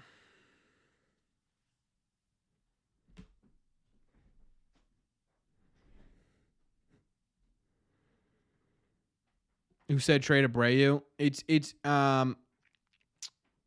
a conversation about what they're going to do with the outfield, Dennis, when Roman Anthony's ready to come up. Watching Fubo. I'm using the Nesson 360 app, which I really thought was going to be the fastest one.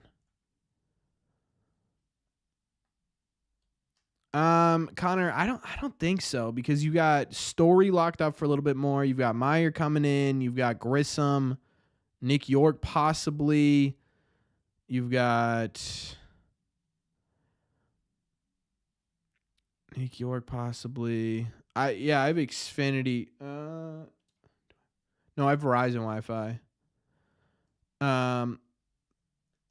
Yeah, I don't think I don't think you can move. I don't think you can move Rafael to the infield. Trade Anthony. Yeah, see, that's a tough comment. The question is, who's going to age better? Is it a Roman Anthony? Right, and we don't even know what Roman Anthony is going to be at. No, I don't have any cable. What's up, Tyler? The question is, Duran's really good right now, and this is the conversation I know Red Sox fans just don't want to have, right? And I hate talking about it, but how is his game going to age? How is Duran's game going to age? Because again, you take away his speed, and what kind of bat does he have? Is it a good enough bat to replace your top 20 prospect, or to take the place of Wilyer Abreu, who, in my opinion, he loses his speed, and you know what I mean? He's still a good hitter. And he can still play left field probably pretty well. Good for another 6 years. So he's 28 right now. 6 years would put him at 34. I don't know too many 34-year-olds that rely on speed as their main aspect of the game. Like how many 34-year-olds really even in the last 10 years, 20 years have been as good as Jarren Duran is speed-wise? Yeah, that's a good point, Bob. But like at the same time too, Adam Duvall is not relied on his speed. Absolutely not. Duran will evolve, and that's definitely possible. That's definitely possible, right? I'm not saying that I think they should trade Jarren Duran. That's not the point of this conversation. The point of this conversation is to raise the question. What do you do? And again, I think a lot of this will figure itself out. And I think the obvious answer, and I hate saying it, is trading Massa. Because then you could have a rotating DH, and you could sort of, you could sort of move around, say Don, Duran, Abreu, and Meyer, and really sort of move them all around. But how long till Anthony comes up? I would say sometime next year.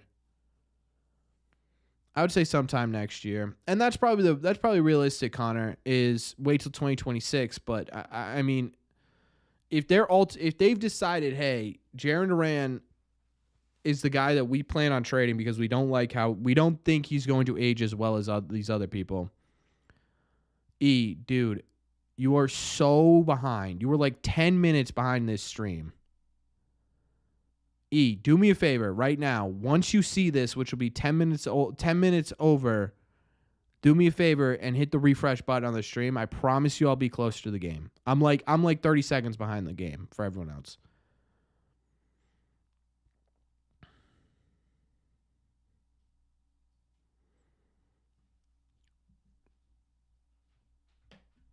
That's true, Brent. That's a good point. If Cedon figures it out with the bat, but yeah, I don't know.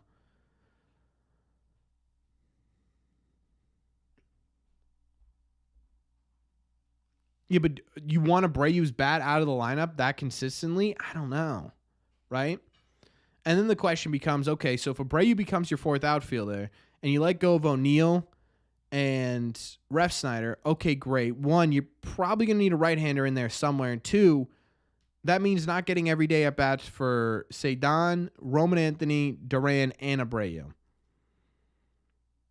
Because you're gonna want to get all of them in there, and the only way to do that is to swap them all around. So I don't know. And you know what? The other thing too is what if Roman Anthony comes up here and he's better than what Duran was ever? What if he's more productive offensively? That's my conversation I'm having. The other thing too is what if he's terrible, right? I don't. It's so interesting to me what they're gonna have to do with our outfield. Because they're all very good in their own ways. And these guys coming up could be even better. So I don't know.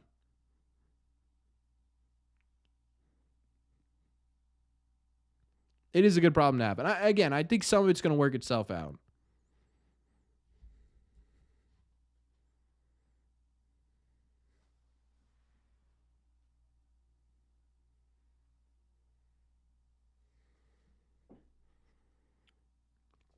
Late 2025. I think that's. I don't think that's. I think that's a little late, Eric. I would say mid 2025. Honestly, it depends. I mean, he's having an incredible month right now. If he continues to hit like he is in May, it could be, it could be early 2025 too. So you know what you have in Anthony? But the problem with that, right? The problem with saying, oh, is that a fair ball? No, it's not. The problem with saying, oh, we have to wait and see what everyone looks like before we move them, then you lose your value. Then you totally lose the value. What if Anthony comes up and he sucks, and if you had traded him 6 months earlier, you would have gotten an ace caliber pitcher? What happens then, right? Trade Story for who? For who?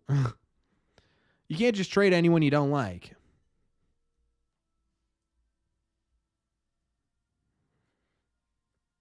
Rob Refsnyder getting traded. Rob getting traded solves nothing, because Rob, in my opinion, is probably, I hate saying it because I love Rob Refsnyder, but he's probably not coming back.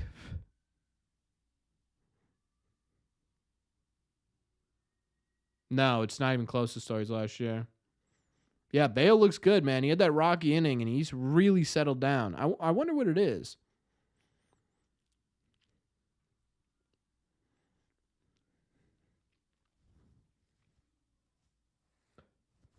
Right, that's part of the risk, Jax. That's the problem. You lose value either way. You have to hope and pray you make the right evaluation. That's the problem. It's smarter to make the decision if you're going to trade a prospect, to trade them before they come up. Bobby Dahlbeck is a great example of that. If you would trade Bobby Dahlbeck right when Tristan Casas, probably before Tristan Casas came up, going into the 2022 season, you're making a lot of money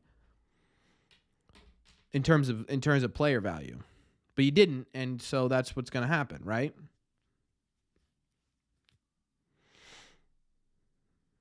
Went on a walk. Yeah, you missed a lot. About trading Valdez, again, how does that solve the question, though? Nick York? What about Nick York? Nick York's been all right this year. He's been anything crazy. I think what we're looking at in Nick York right now is sort of a utility player. Valdez for nah, I don't think he's that low, North. O'Neill for Ellie De La Cruz, that's not going to happen.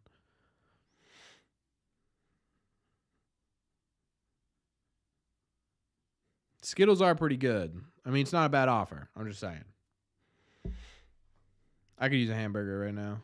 Devers hit another jack? No, it was Willie Abreu.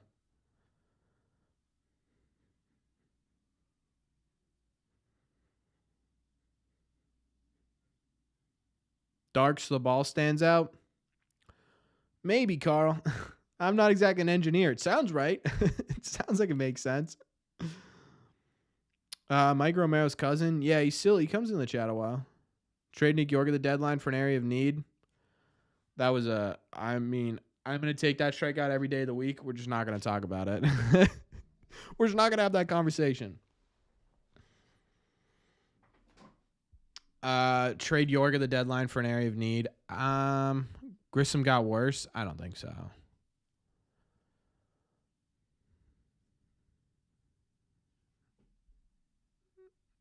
I don't think Grissom didn't get worse.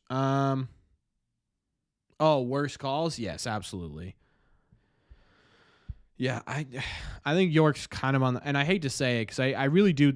Nick York was the first prospect in a while that I really fell in love with. I love his bat and I love his attitude and everything. But he feels like on the short list to be traded. Him and Blaze Jordan, which a lot of people hate, are on the short list to be traded, in my opinion. Grissom feels like he's so close. Yeah. Doesn't have the same speed as Duran. Yeah, but you think about, 20-year-old We'll say 20. We'll say, okay, so say Roman Anthony makes his debut late 2025, really on the team in 2026. Okay, that puts him at 22 years old versus Jaren Duran, who will be almost 30 years old. What happens to the speed then?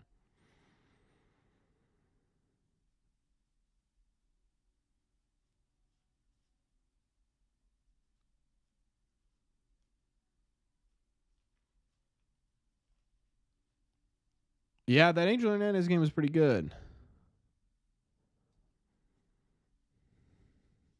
Right, but would you rather have Blaze as a backup third and first baseman to DH occasionally, or would you rather package him for an area of need? You know what I mean? And then he ends up being a starter on Padres, Giants, Mariners, Royals. I don't know. You know what I mean?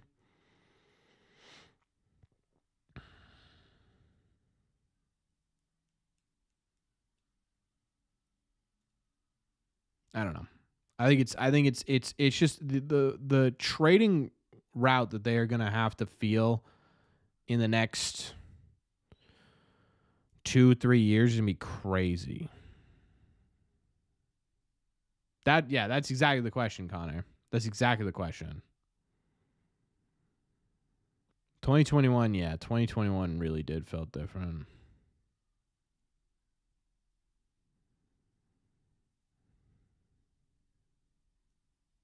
Yeah, I know, Brandon. I just got that notification. Hamilton might actually have some value now, especially if they keep playing him at second base. He looks good. He might have some value. What's the area of need? I don't know. Honestly, it's hard to say. It's really hard to say what the Red Sox truly need to be a better team. I mean, you would say right now, right? It's going to be a different conversation now than it is in 2 months, because in 2 months you're getting Casas back. Hopefully, Mas is back in the lineup. You're gonna have full pitching. So where do you go? Any thoughts on Grissom so far? I like Grissom. I think he's showing a bat to ball skill that I think we were promised. I just think he's weak a little bit, right? He's hitting these baseballs that normally be off the wall or anything, that are just sort of like 3 feet in front of it right now. And the other thing too is I just think he's still getting his timing right. I'm not worried about him. I would say there's a pretty good chance, Brandon. Yeah. They should have traded Hamilton to St. Louis. That'd be crazy. That'd be crazy.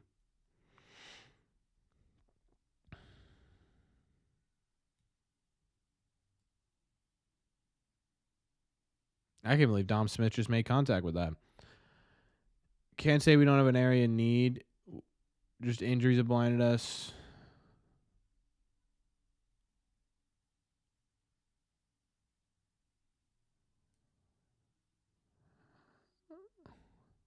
Okay.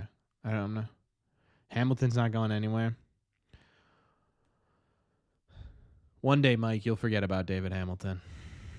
Any team can always get better. Oh yeah, you're absolutely right, Johnny. I just don't know what it will be at the deadline is my point. If they're in contention, right? Is it going to be, and I talked about this before, is it going to be starters going into unknown territory where they're going to have to figure out a way to make these guys last for a full season? Is it going to be still inconsistency at the plate, right? Do they need to get some more consistency there? Is it going to be defense, right? Which one is it going to be?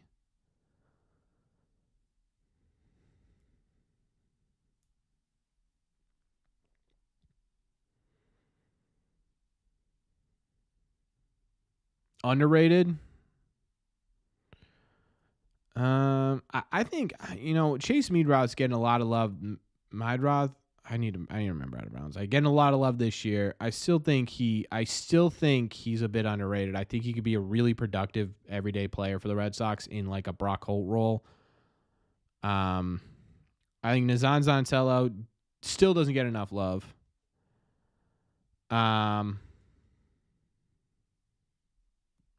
My game just froze. Oh, there we go. I'm just trying to go through like rosters right now.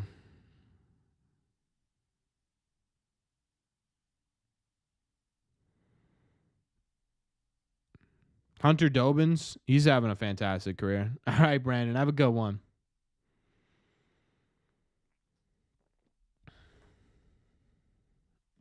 There's a lot. Boozer's coming in. One day you'll forget me. Yeah, that's actually a good point, Mike. You have the memory of an elephant when it comes to baseball players. Is it too early to get my broom out? Yeah, don't get the broom out yet. I don't even have a broom in this room. Tattoo. It's coming. With Whitlock down, Pivetta free agent, the Sox need another legit starters in area of need. That could be absolutely a point. But is you know what I mean? Is Criswell good enough to take Whitlock's place? Don't know. This is what I'm talking about. We're not going to know what the need is at the beginning of at the end of the offseason. Or at the midway point in the season. Also need the right-handed power bat. I mean, Wong and O'Neill are giving you a lot in terms of power production. Do you really need one that much? I don't know. And you're also getting Casas back too, so don't forget about it. That's another 25 home runs you can add, right?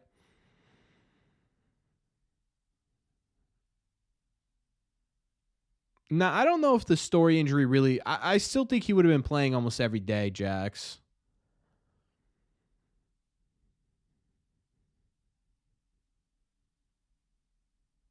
Probably Edgar.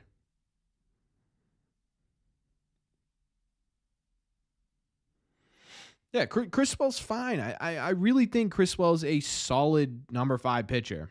And right now, that's really all you need him to be.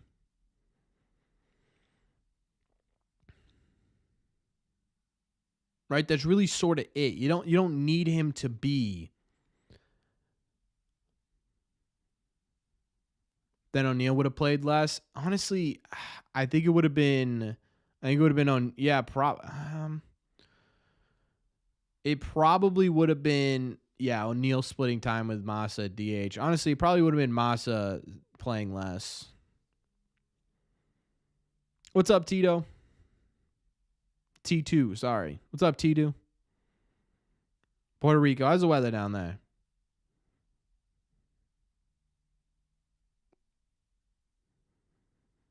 Could be Connor, but again, you also got a lot of players coming up at the minors. That could be something they look into. Who did Whit Merrifield sign with the Phillies, right? Don't love that swing. Oh, Gunham. Oh.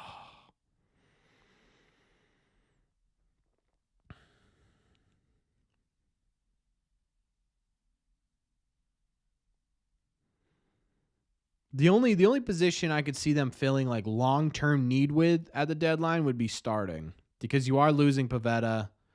Criswell's on a 1-year deal. I don't think that's sweet, Prodigy. I don't think Whitlock is viewed as a starter anymore.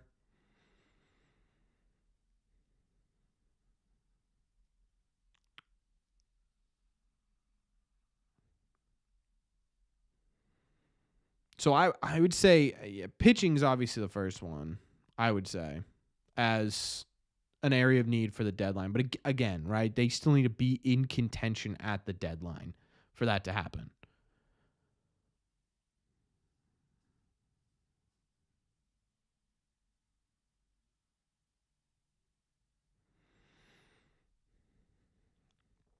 Do we get a day off? Is it a Memorial Day? Oh, man, I might go to a game this weekend.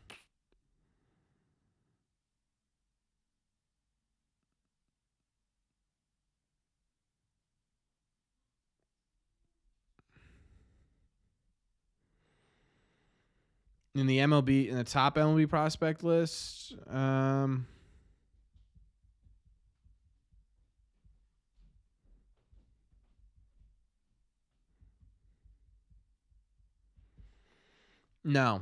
I don't think so. But that doesn't mean we won't have any good pitching. I honestly, I mean, you look at it, right? Cutter, Hauk, Those guys really weren't top 100 prospects either. I'm not really worried about, honestly, I'm not really worried about like whether or not the Red Sox have top 100 prospects in terms of pitching. Obviously it looks a lot better. It certainly gets fans more excited. But I really don't hate the idea of just drafting low. Boozer, buddy. Because pitching prospects are just so inconsistent. It's a lot more rare for a pitching prospect to work out to the point where they are worth everything than a position player.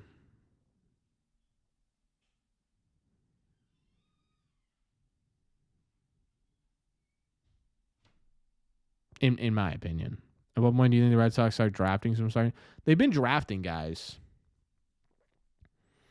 What Chaim Bloom's strategy over the past couple of years hasn't been to not draft starting pitchers. It's been to essentially what Connor just said, right? Draft them low and get as many as you can. Because again, they're so volatile. And I really don't think it's a terrible strategy. They did the same thing with their international prospects this year. They grabbed, I think they grabbed one pitcher in the top 6 in terms of payroll, and then they just signed a bunch of them at the end. And I really don't hate that idea. How's Richard Fitz doing? He's solid. Like the conversation right now with the Red Sox is that they don't draft any starting pitching, and that's just, to me, it's just not true. They are two of their top 5 picks were starting pitchers last year. They just weren't the top 3, and to me, again, that's fine unless you get a Paul Skeens or a Garrett Cole or Alek Manoah, who again hasn't really worked out, or even a Tariq Skubal right in the first round where you're like, man, this dude, you know what I mean? Strike him out. No. Thank God.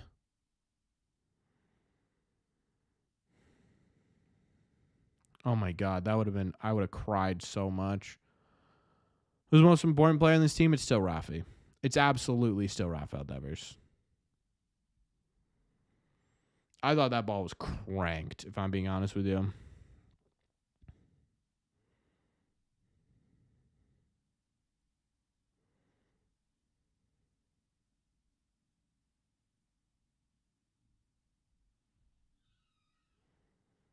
Oh my God, I thought that ball was hit 1,000 miles an hour. Favorite international top prospect right now? Yeah, it's not even close to Joel Cespedes. That dude's going to be special. That dude is going to be special.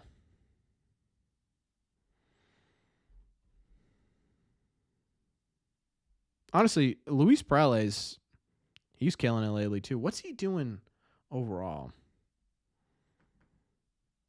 Oh God, I can't believe it's incredible to me that people have such a narrative on Bauer that like Red Sox are the best starting pitching rotation in baseball, and they're like, but Bauer. It's so stupid. God,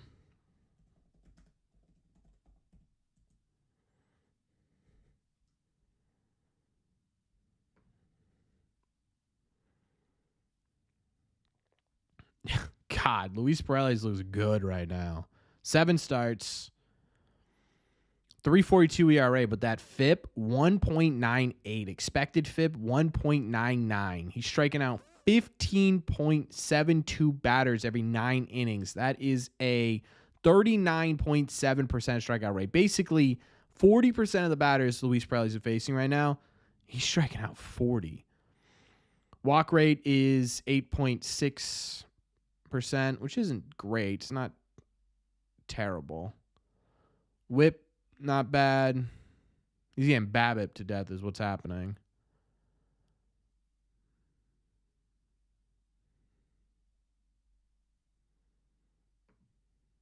Yeah, Luis looks good.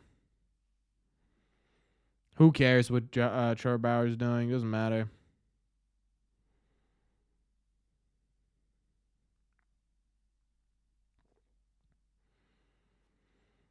Any thought of moving Rafi to perma DH of a good third baseman prospect? I'm sure he definitely will at some point. It's just how the projections look. I don't think it's any time like in the near future.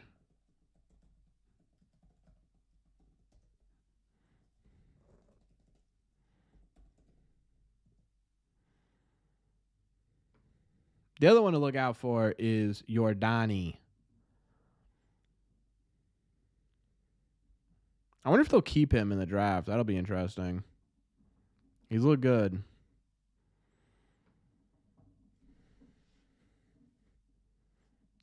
God,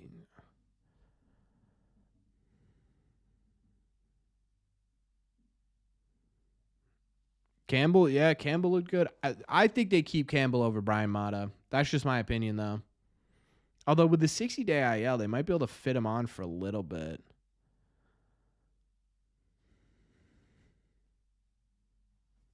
I'm going to take that strike every day of the week. That strike was terrible. The Red Sox are getting a little bit lucky here.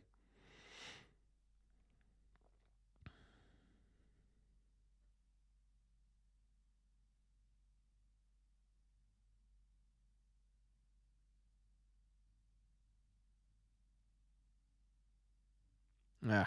That was still a good play from Rafi, I think. You weren't going to get him at home, I don't think.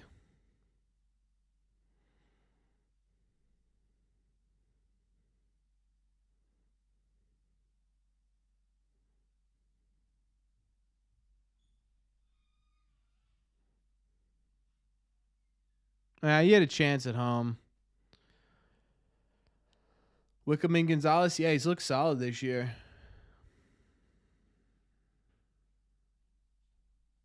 He had a chance at home. Although in that situation, it's like, you're up 5 runs. You know what I mean? Just take the out at first. Get 2 outs here.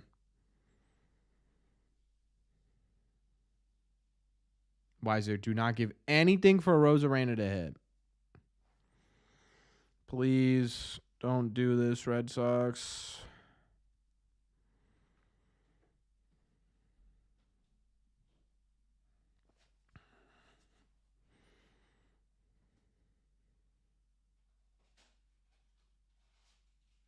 Ah, baby, Weiser. Come on.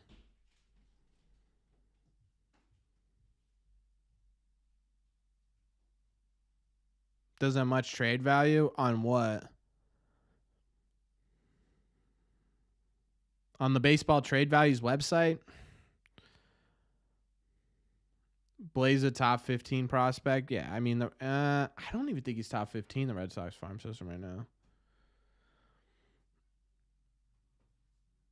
I don't know what ISS stands for, to be honest with you.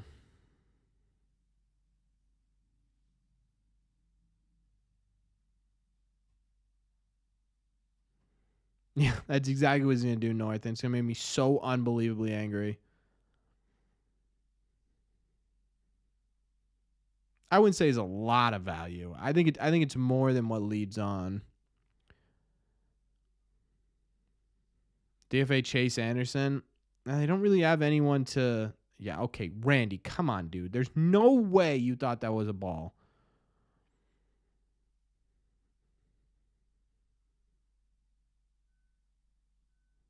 Please don't walk him. See ya, dope. Yes, that was a strike. God. Randy's my top 3 least favorite players in baseball. Him, Bo Bichette. And God, there was one guy on the. Honestly, it was Alek Manoah before, but it's not Alek Manoah anymore.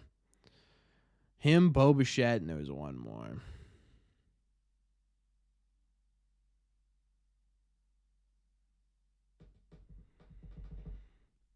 Manny probably falls into that, but for near MLB, maybe Eric. Yeah, that's kind of what I'd be thinking. Maybe not like a top 100 pitcher, but like a solid one.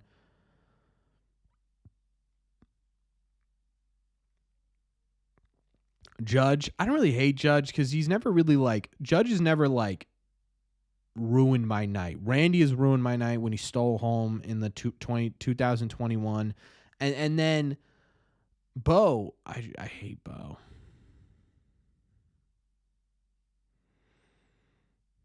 I don't know why I hate Bo. I just hate Bo.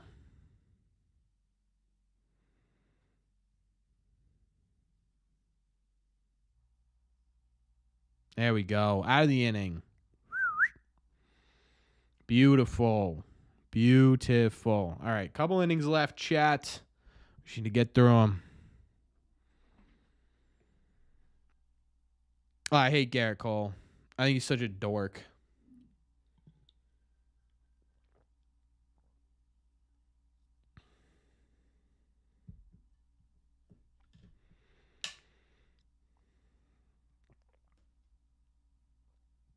That's a solid one, Prodigy. The problem with that is with Correa, he backed it up. Yeah, Manoah Cole, I guess, is hard to hate because we do tee off on him. But even when he's not playing the Red Sox, he makes me angry. Like these a guy like Randy Rosarena makes me angry when we play him.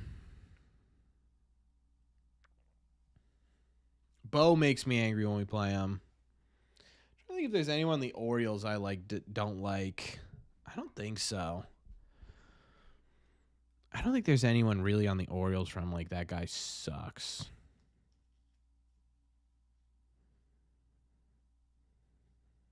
You hate Kyle Tucker and Yordan Alvarez? See, I don't hate any of those guys.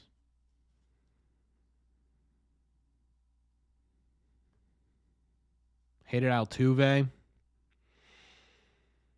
Yeah, Altuve hitting a leadoff home run in like every game in that ALCS was brutal.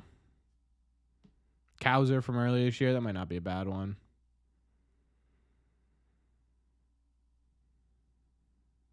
Yeah, that makes sense, North. You guys must hate him.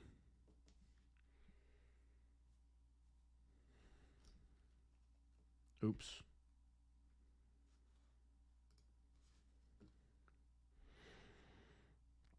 Man, if the Red Sox complete this, they drop the Rays back under 500. They put themselves 2 games above 500, which is fantastic. Then they come in, they play the Brewers. And the Brewers are good, man.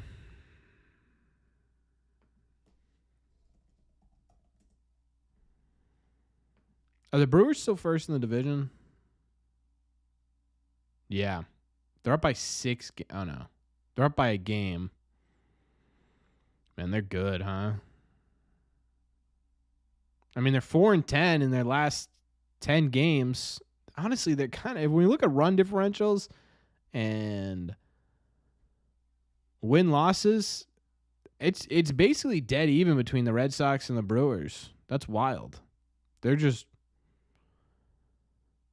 so much better at home than the Red Sox are. That's the difference. And we're terrible against teams that have above 500 record, 10-18. Yeah, I do, Edgar. Yeah, what's his face? Contreras?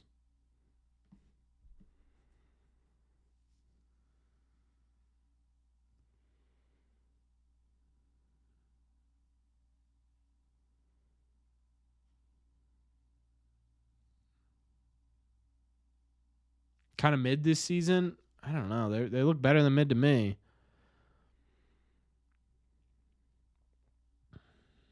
Division play helps. Yeah, that's a good point. What are they at? The Cubs, Reds. Yeah, that's a great point, actually. The Cardinals are 8-2. Man. Yeah, Pirates, Reds, Cardinals. Yeah, that definitely helps. That's a good point. We'll see. We always play the Brewers pretty decently. That was sort of what sort of turned our series around, or our season around last year a bit, for at least a little bit, right? When we played the Brewers and we just absolutely teed off. Massa hit 2 home runs in the same inning. Over 77.5 wins. What are they on pace for now? How did say 9? Come on, dude.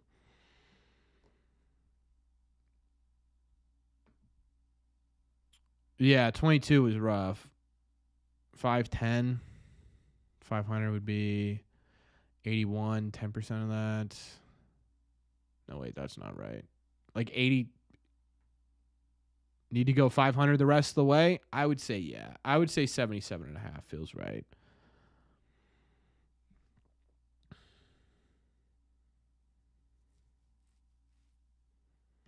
What's up, CH?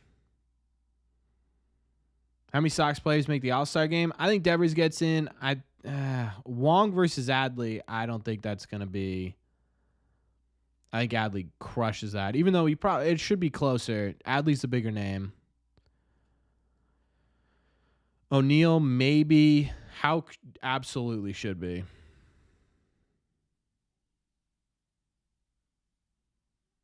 Red Sox offense, true. I think Devers gets a start. I think Houck makes it. I think Wong and O'Neal are close. Duran's another one who I think gets close. The problem with the outfield is, well, Mike Trout's out for a while, but Judge is always an automatic shoo-in. Soto will absolutely be in. So that's already 2 spots. You know what I mean? So now you've got guys like Kyle Tucker who's doing really well. I'm trying to think of others like standout outfielders in the AL right now. Not really any on the Rays. Orioles, Colton Cowser's an option. Blue Jays, not really. Astros, I already said it. Jordan's probably an option there, although he's probably more DH. Now that Ohtani's not in there, he's got a shot at that. Seattle, I don't know if there's anyone really out there right now that should be an all-star. Texas, I don't know how Adolis Garcia's doing well. You know what? It's tough, man.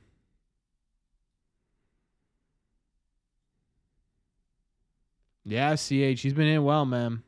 Feel bad for Trout? I know.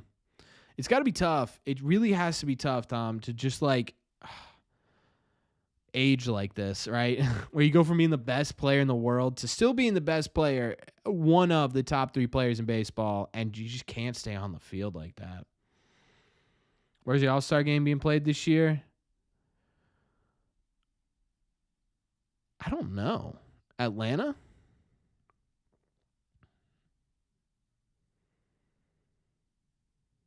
It's in Texas. Oh man, that's kind of cool. Is it at the Rangers Stadium?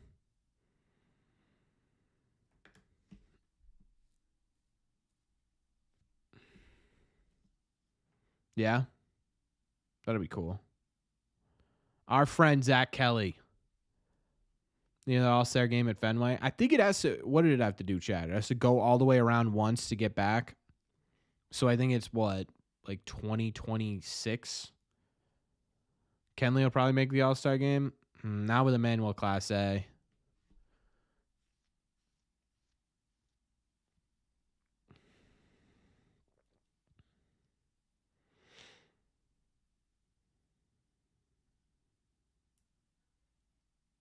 Yeah, I don't know if Kenley.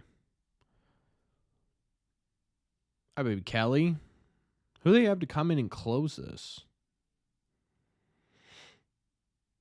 The surrounding areas around Fenway are pretty good in my opinion. Like I've been to a few ballparks, and some of them, you know, you got that town, but we don't need a closer. No, I'm not saying like actually close it out, but like close the game.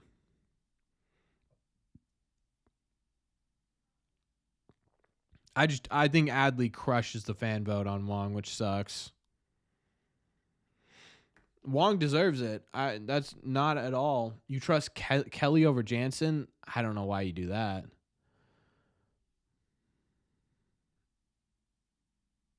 Yeah, but it doesn't matter if Connor Wong's the best player in the game or catcher in the game.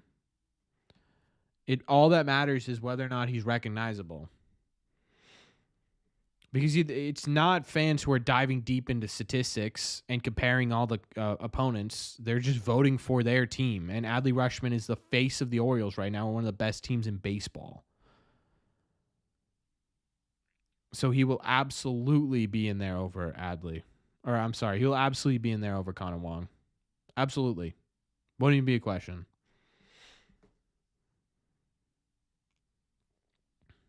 It's so funny that the Tampa Bay Rays put up their wild card pennants.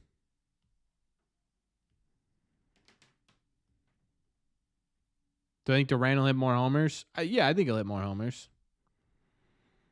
It won't be at the pace he's hitting them right now, but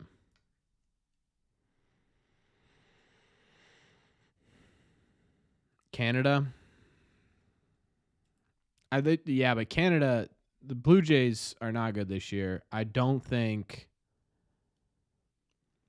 the Blue Jays will have as many as they had last year. The reason they had so many last year is because they were so good last year. Weren't they leading? No, the Orioles were leading the division. Or no, the Rays were leading the division at the All-Star break, but the Blue Jays were doing well.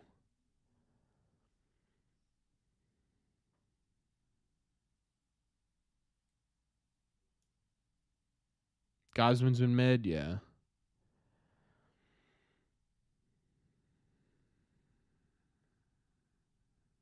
Maybe 20? No. No, he will not be a 20 home run guy.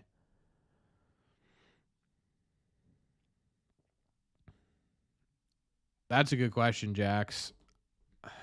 I go Henderson. He's been incredible. I go Henderson, but that could absolutely go either way.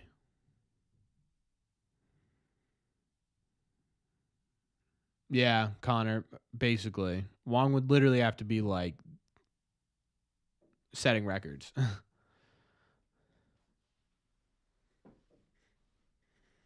No, I'm not saying Witt's a bad player, but dude, when you see this, you're behind again. I don't know. Do you pause the stream to type? Because if that's what's happening, that might be why.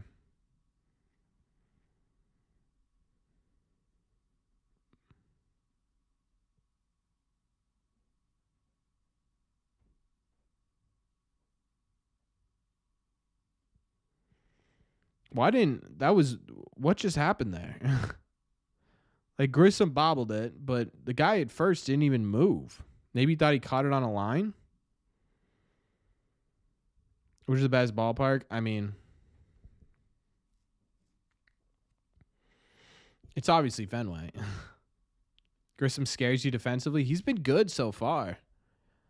It's obviously Fenway in my opinion, but if we're excluding Fenway, the ones I've been to, Camden Yards is really nice, man.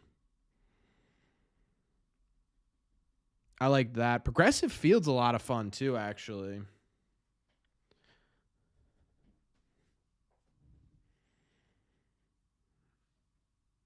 Wrigley's solid. The Twin Stadium's cool too, actually.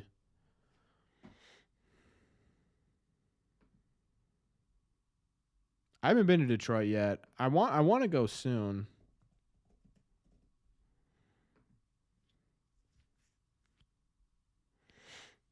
Yeah, I mean Julio is a good defender, but I don't think this is. I don't think that's like starting the All-Star game good.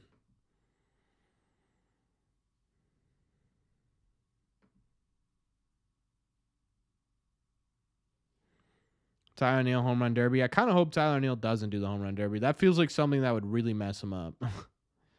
It would either make him extremely hot or it would really mess him up. And I don't know which one I want, which one would happen. So I don't want him to do it.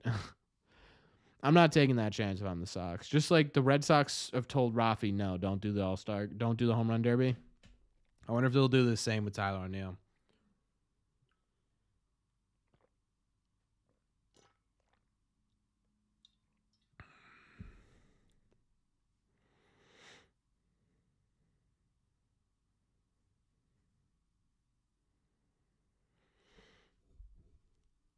PNC is a nice ballpark. Yeah, I've heard it's gorgeous. That's another one I need to do. I need to stop cutting this sleeping baby. I can't hear it, so it's even worse for me because I just can't see what's going on. They could Lawson, but the reason those guys got in was because they were the only representatives from their team. I don't think the Red Sox that will be. I think the Red Sox will have some All-Star representatives this year. We'll see.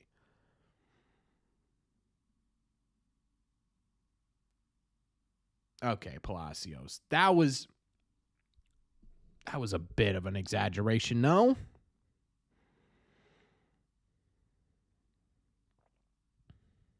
Yeah, that was a bit of an exaggeration. Do any big Red Sox get the call this season? I'm going to say no, but I do think there's a chance.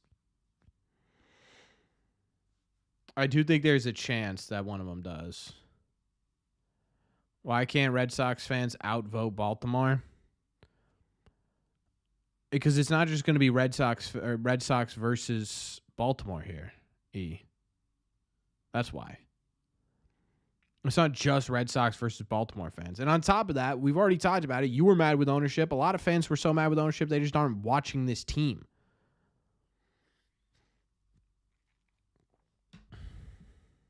It's going to be people all over. When you submit a ballot for an All-Star game, you have to pick every position, right?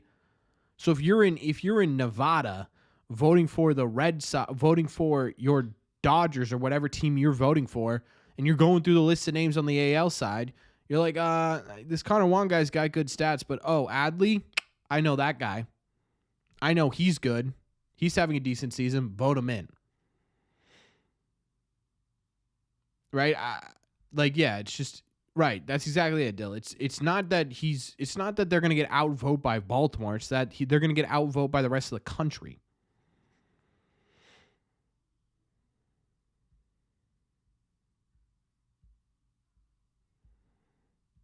Durant could hit 20 home runs. Yeah, maybe. But he would have to give up a lot of contact. I think that would absolutely crush his value and crush his impact.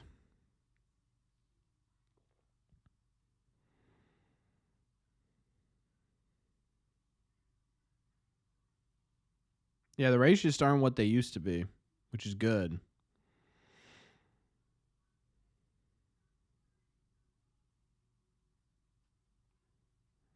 15 home runs from Durant, I'm extremely happy. I don't think even Durant's to me like an 8 or 9 home run guy. Which I don't care about home runs with Jarren Duran.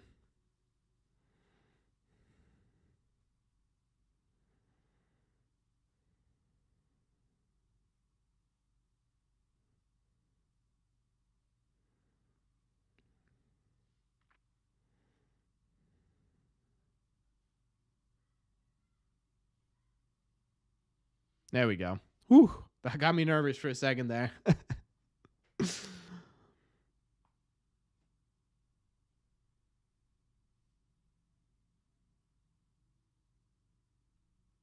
Now everyone wants to beat on Tampa? Of course. You think Durant hits 12 this year? What's he at, 3?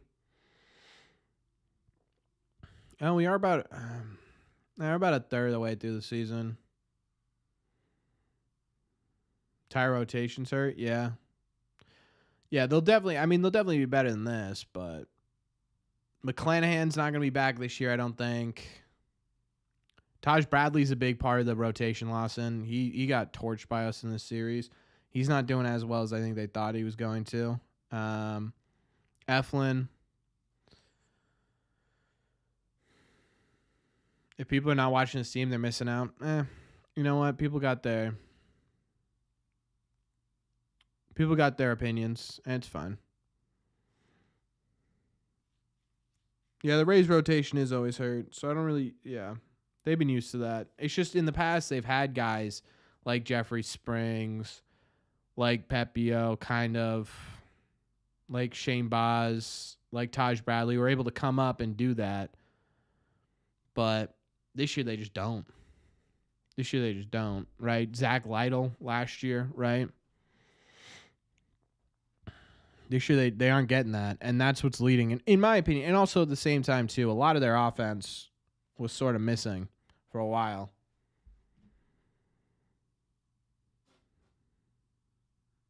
So, it's just not the... It's just not the same Rays team that we've seen over the past couple of years, which in all honesty is good for us. But of course, they're going to retool extremely quickly. David Price was a free agent signing. $217 million? $213 million? Over what, 8 years? 9 years?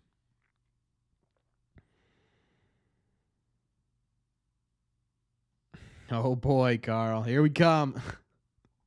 Honestly, I'm not even really paying attention in the division. I like the Red Sox, you know what I mean? I care about the wild card. Why would we do that, Dennis? What's up, guy?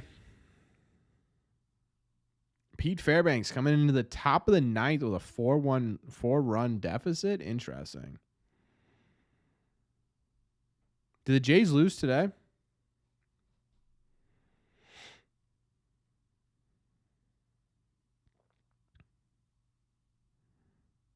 I don't miss Price at all. He was fine when he was with the Red Sox. Big part of the 2018 championship. Always will be thankful for that. I don't miss him. Do not miss him at all. Crushing the White Sox 9-0. Don't love that. What we need to do is just Blue Jays need to keep sucking. That's what needs to happen. Please just keep sucking.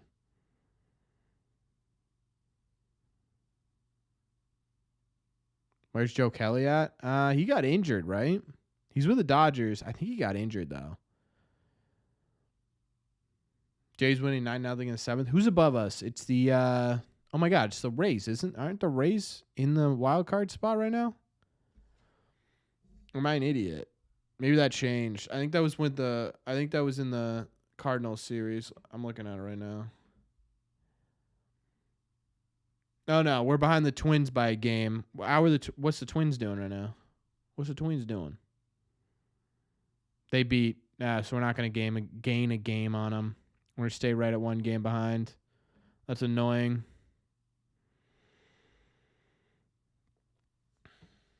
That's actually super annoying.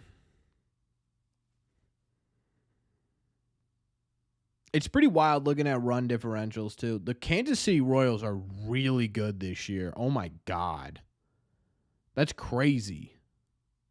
I look like Clay Buchholz? No one's ever said that to me. I feel like I have too fat of a face to be Clay. Clay had like a really skinny face.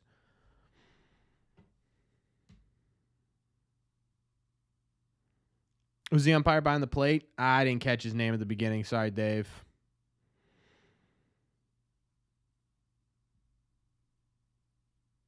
Bigger version? I just ruined my night. Thanks a lot, Prodigy. Thanks.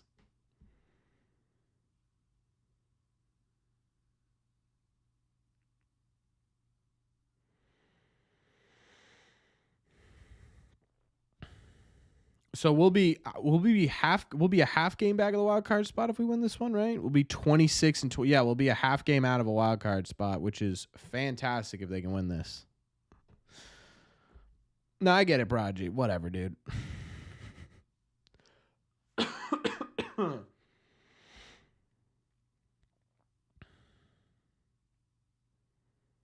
You know what the best part about this series was, chat? And obviously it's not over yet, so there's still some game to play here, but the Red Sox they've gotten the big hits that they've really needed, right? They've gotten, for the past, the Twin series, the Brave series, and then the, what was the one after that? Twins, Braves, Cardinals series. Even at the end of the Cardinals series, you're getting a little bit. I think I'm missing a series in between there. Am I? Yeah, the Nationals. Even the Nationals, they kind of didn't get that big. This is the series where you really got those big hits, and that's what's really exciting to me.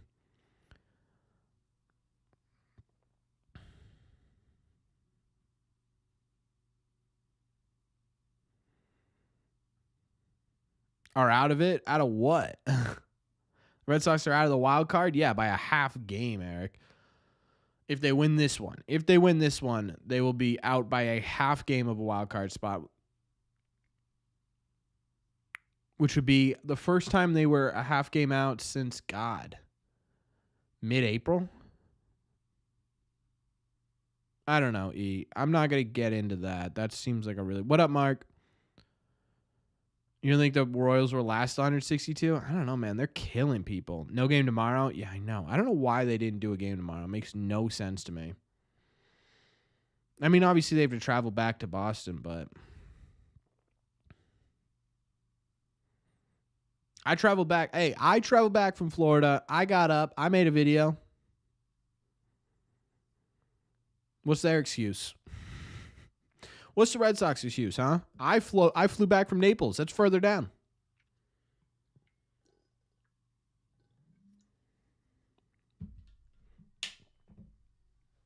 No excuse. I actually wanted to go see one of these games, which would have been sweet. They're running, I'm sitting. You don't know what physical toll these videos takes on me. Draft class from last year update. I could look into it. There's not really a huge sample size yet. It'll probably be later in the year. Trop is trash. I want to see baseball played inside. I went to the old Minnesota Dome. My uncle worked or knew someone who worked there, so he brought me onto the field there. But I'd never actually seen a game played there. I'd love to see an indoor game. There's not going to be too many of them, honestly, going forward. A lot of it's going to be retractable roof, right? If they show the Stingrays one more time, like, we get it, dude. They have Stingrays in there.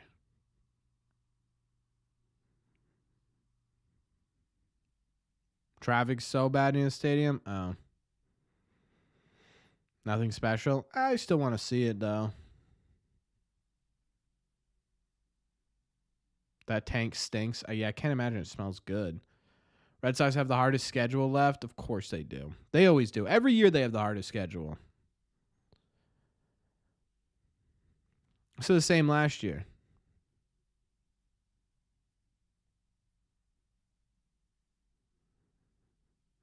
Oh, that's absolutely tanked. That's out of here, isn't it?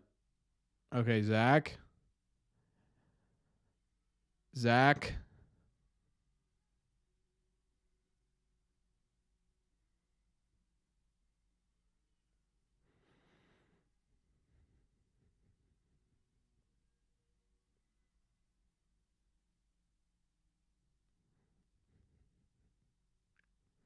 It's all right. It's Yandy.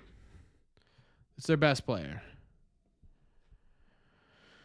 I think Wink got torched a bit in AAA, actually.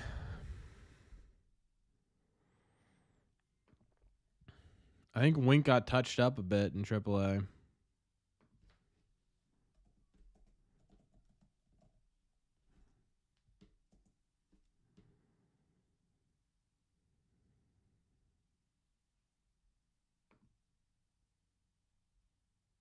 That wasn't too bad. Not walking a lot of guys, which is good.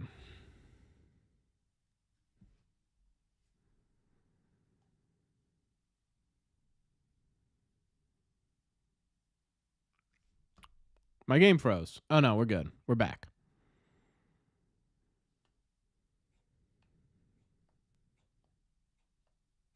Also, they upgraded my Wi-Fi recently.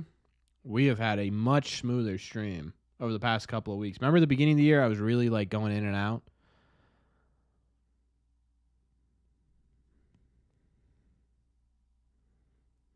Oh, God. Okay. No, we're good.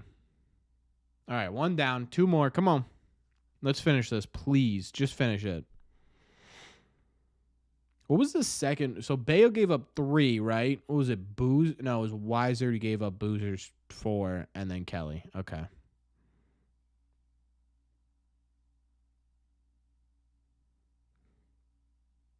Viewers? What, Eric?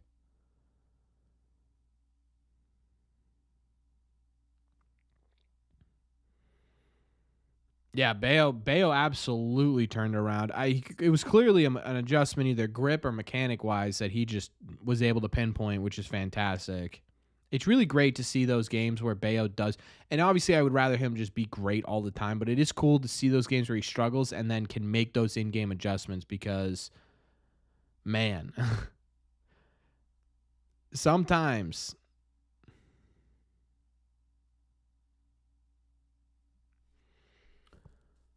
Okay, Zach. See, the problem with the Red Sox winning and then having an off day is I can't shave until they lose. It's my superstition. We've been doing it on 50-50 to blow it. Actually, it's like 90-10 that he's gonna. It's actually 10% that he's gonna blow. We already went through this, which I don't know too many closers who have a higher rate. For being honest, the hate on Kenley is getting a little ridiculous.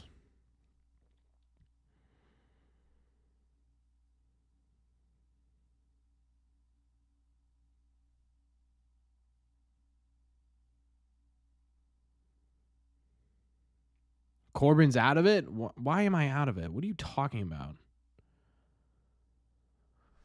Oh, all right.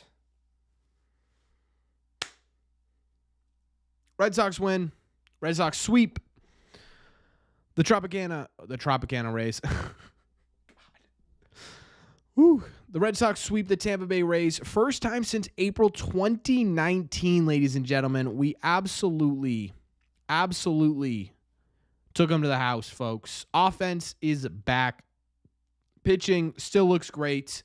Bullpen solid. Defense solid. The Red Sox, hey, ladies and gentlemen, they look like a complete baseball team right now. Believe it or not, they look like a complete baseball team. This stream went on for 2 hours, 45 minutes, and you guys sat through, most of you guys, even if you sat through like 10 minutes, crazy you guys showed up at all, but crazy for those of you who stayed here for 2 hours and 45 minutes. I really appreciate that a ton. Where does that put us? Well, it puts us a half game out of a wild card spot, folks. Back in third place in this division. I don't know about you, but I'm feeling real good. I'm feeling really, really good. Jaron Wren's playing out of his mind. Rafi continues to be fantastic. We're gonna have a ton of fun, chat, tomorrow in tomorrow's video. We're gonna have a ton of fun. Make sure you're there early, but we're gonna have a ton of fun. I don't know what else. There's gonna be a lot of stuff to talk about. It's gonna be a good time. Would have been a good time.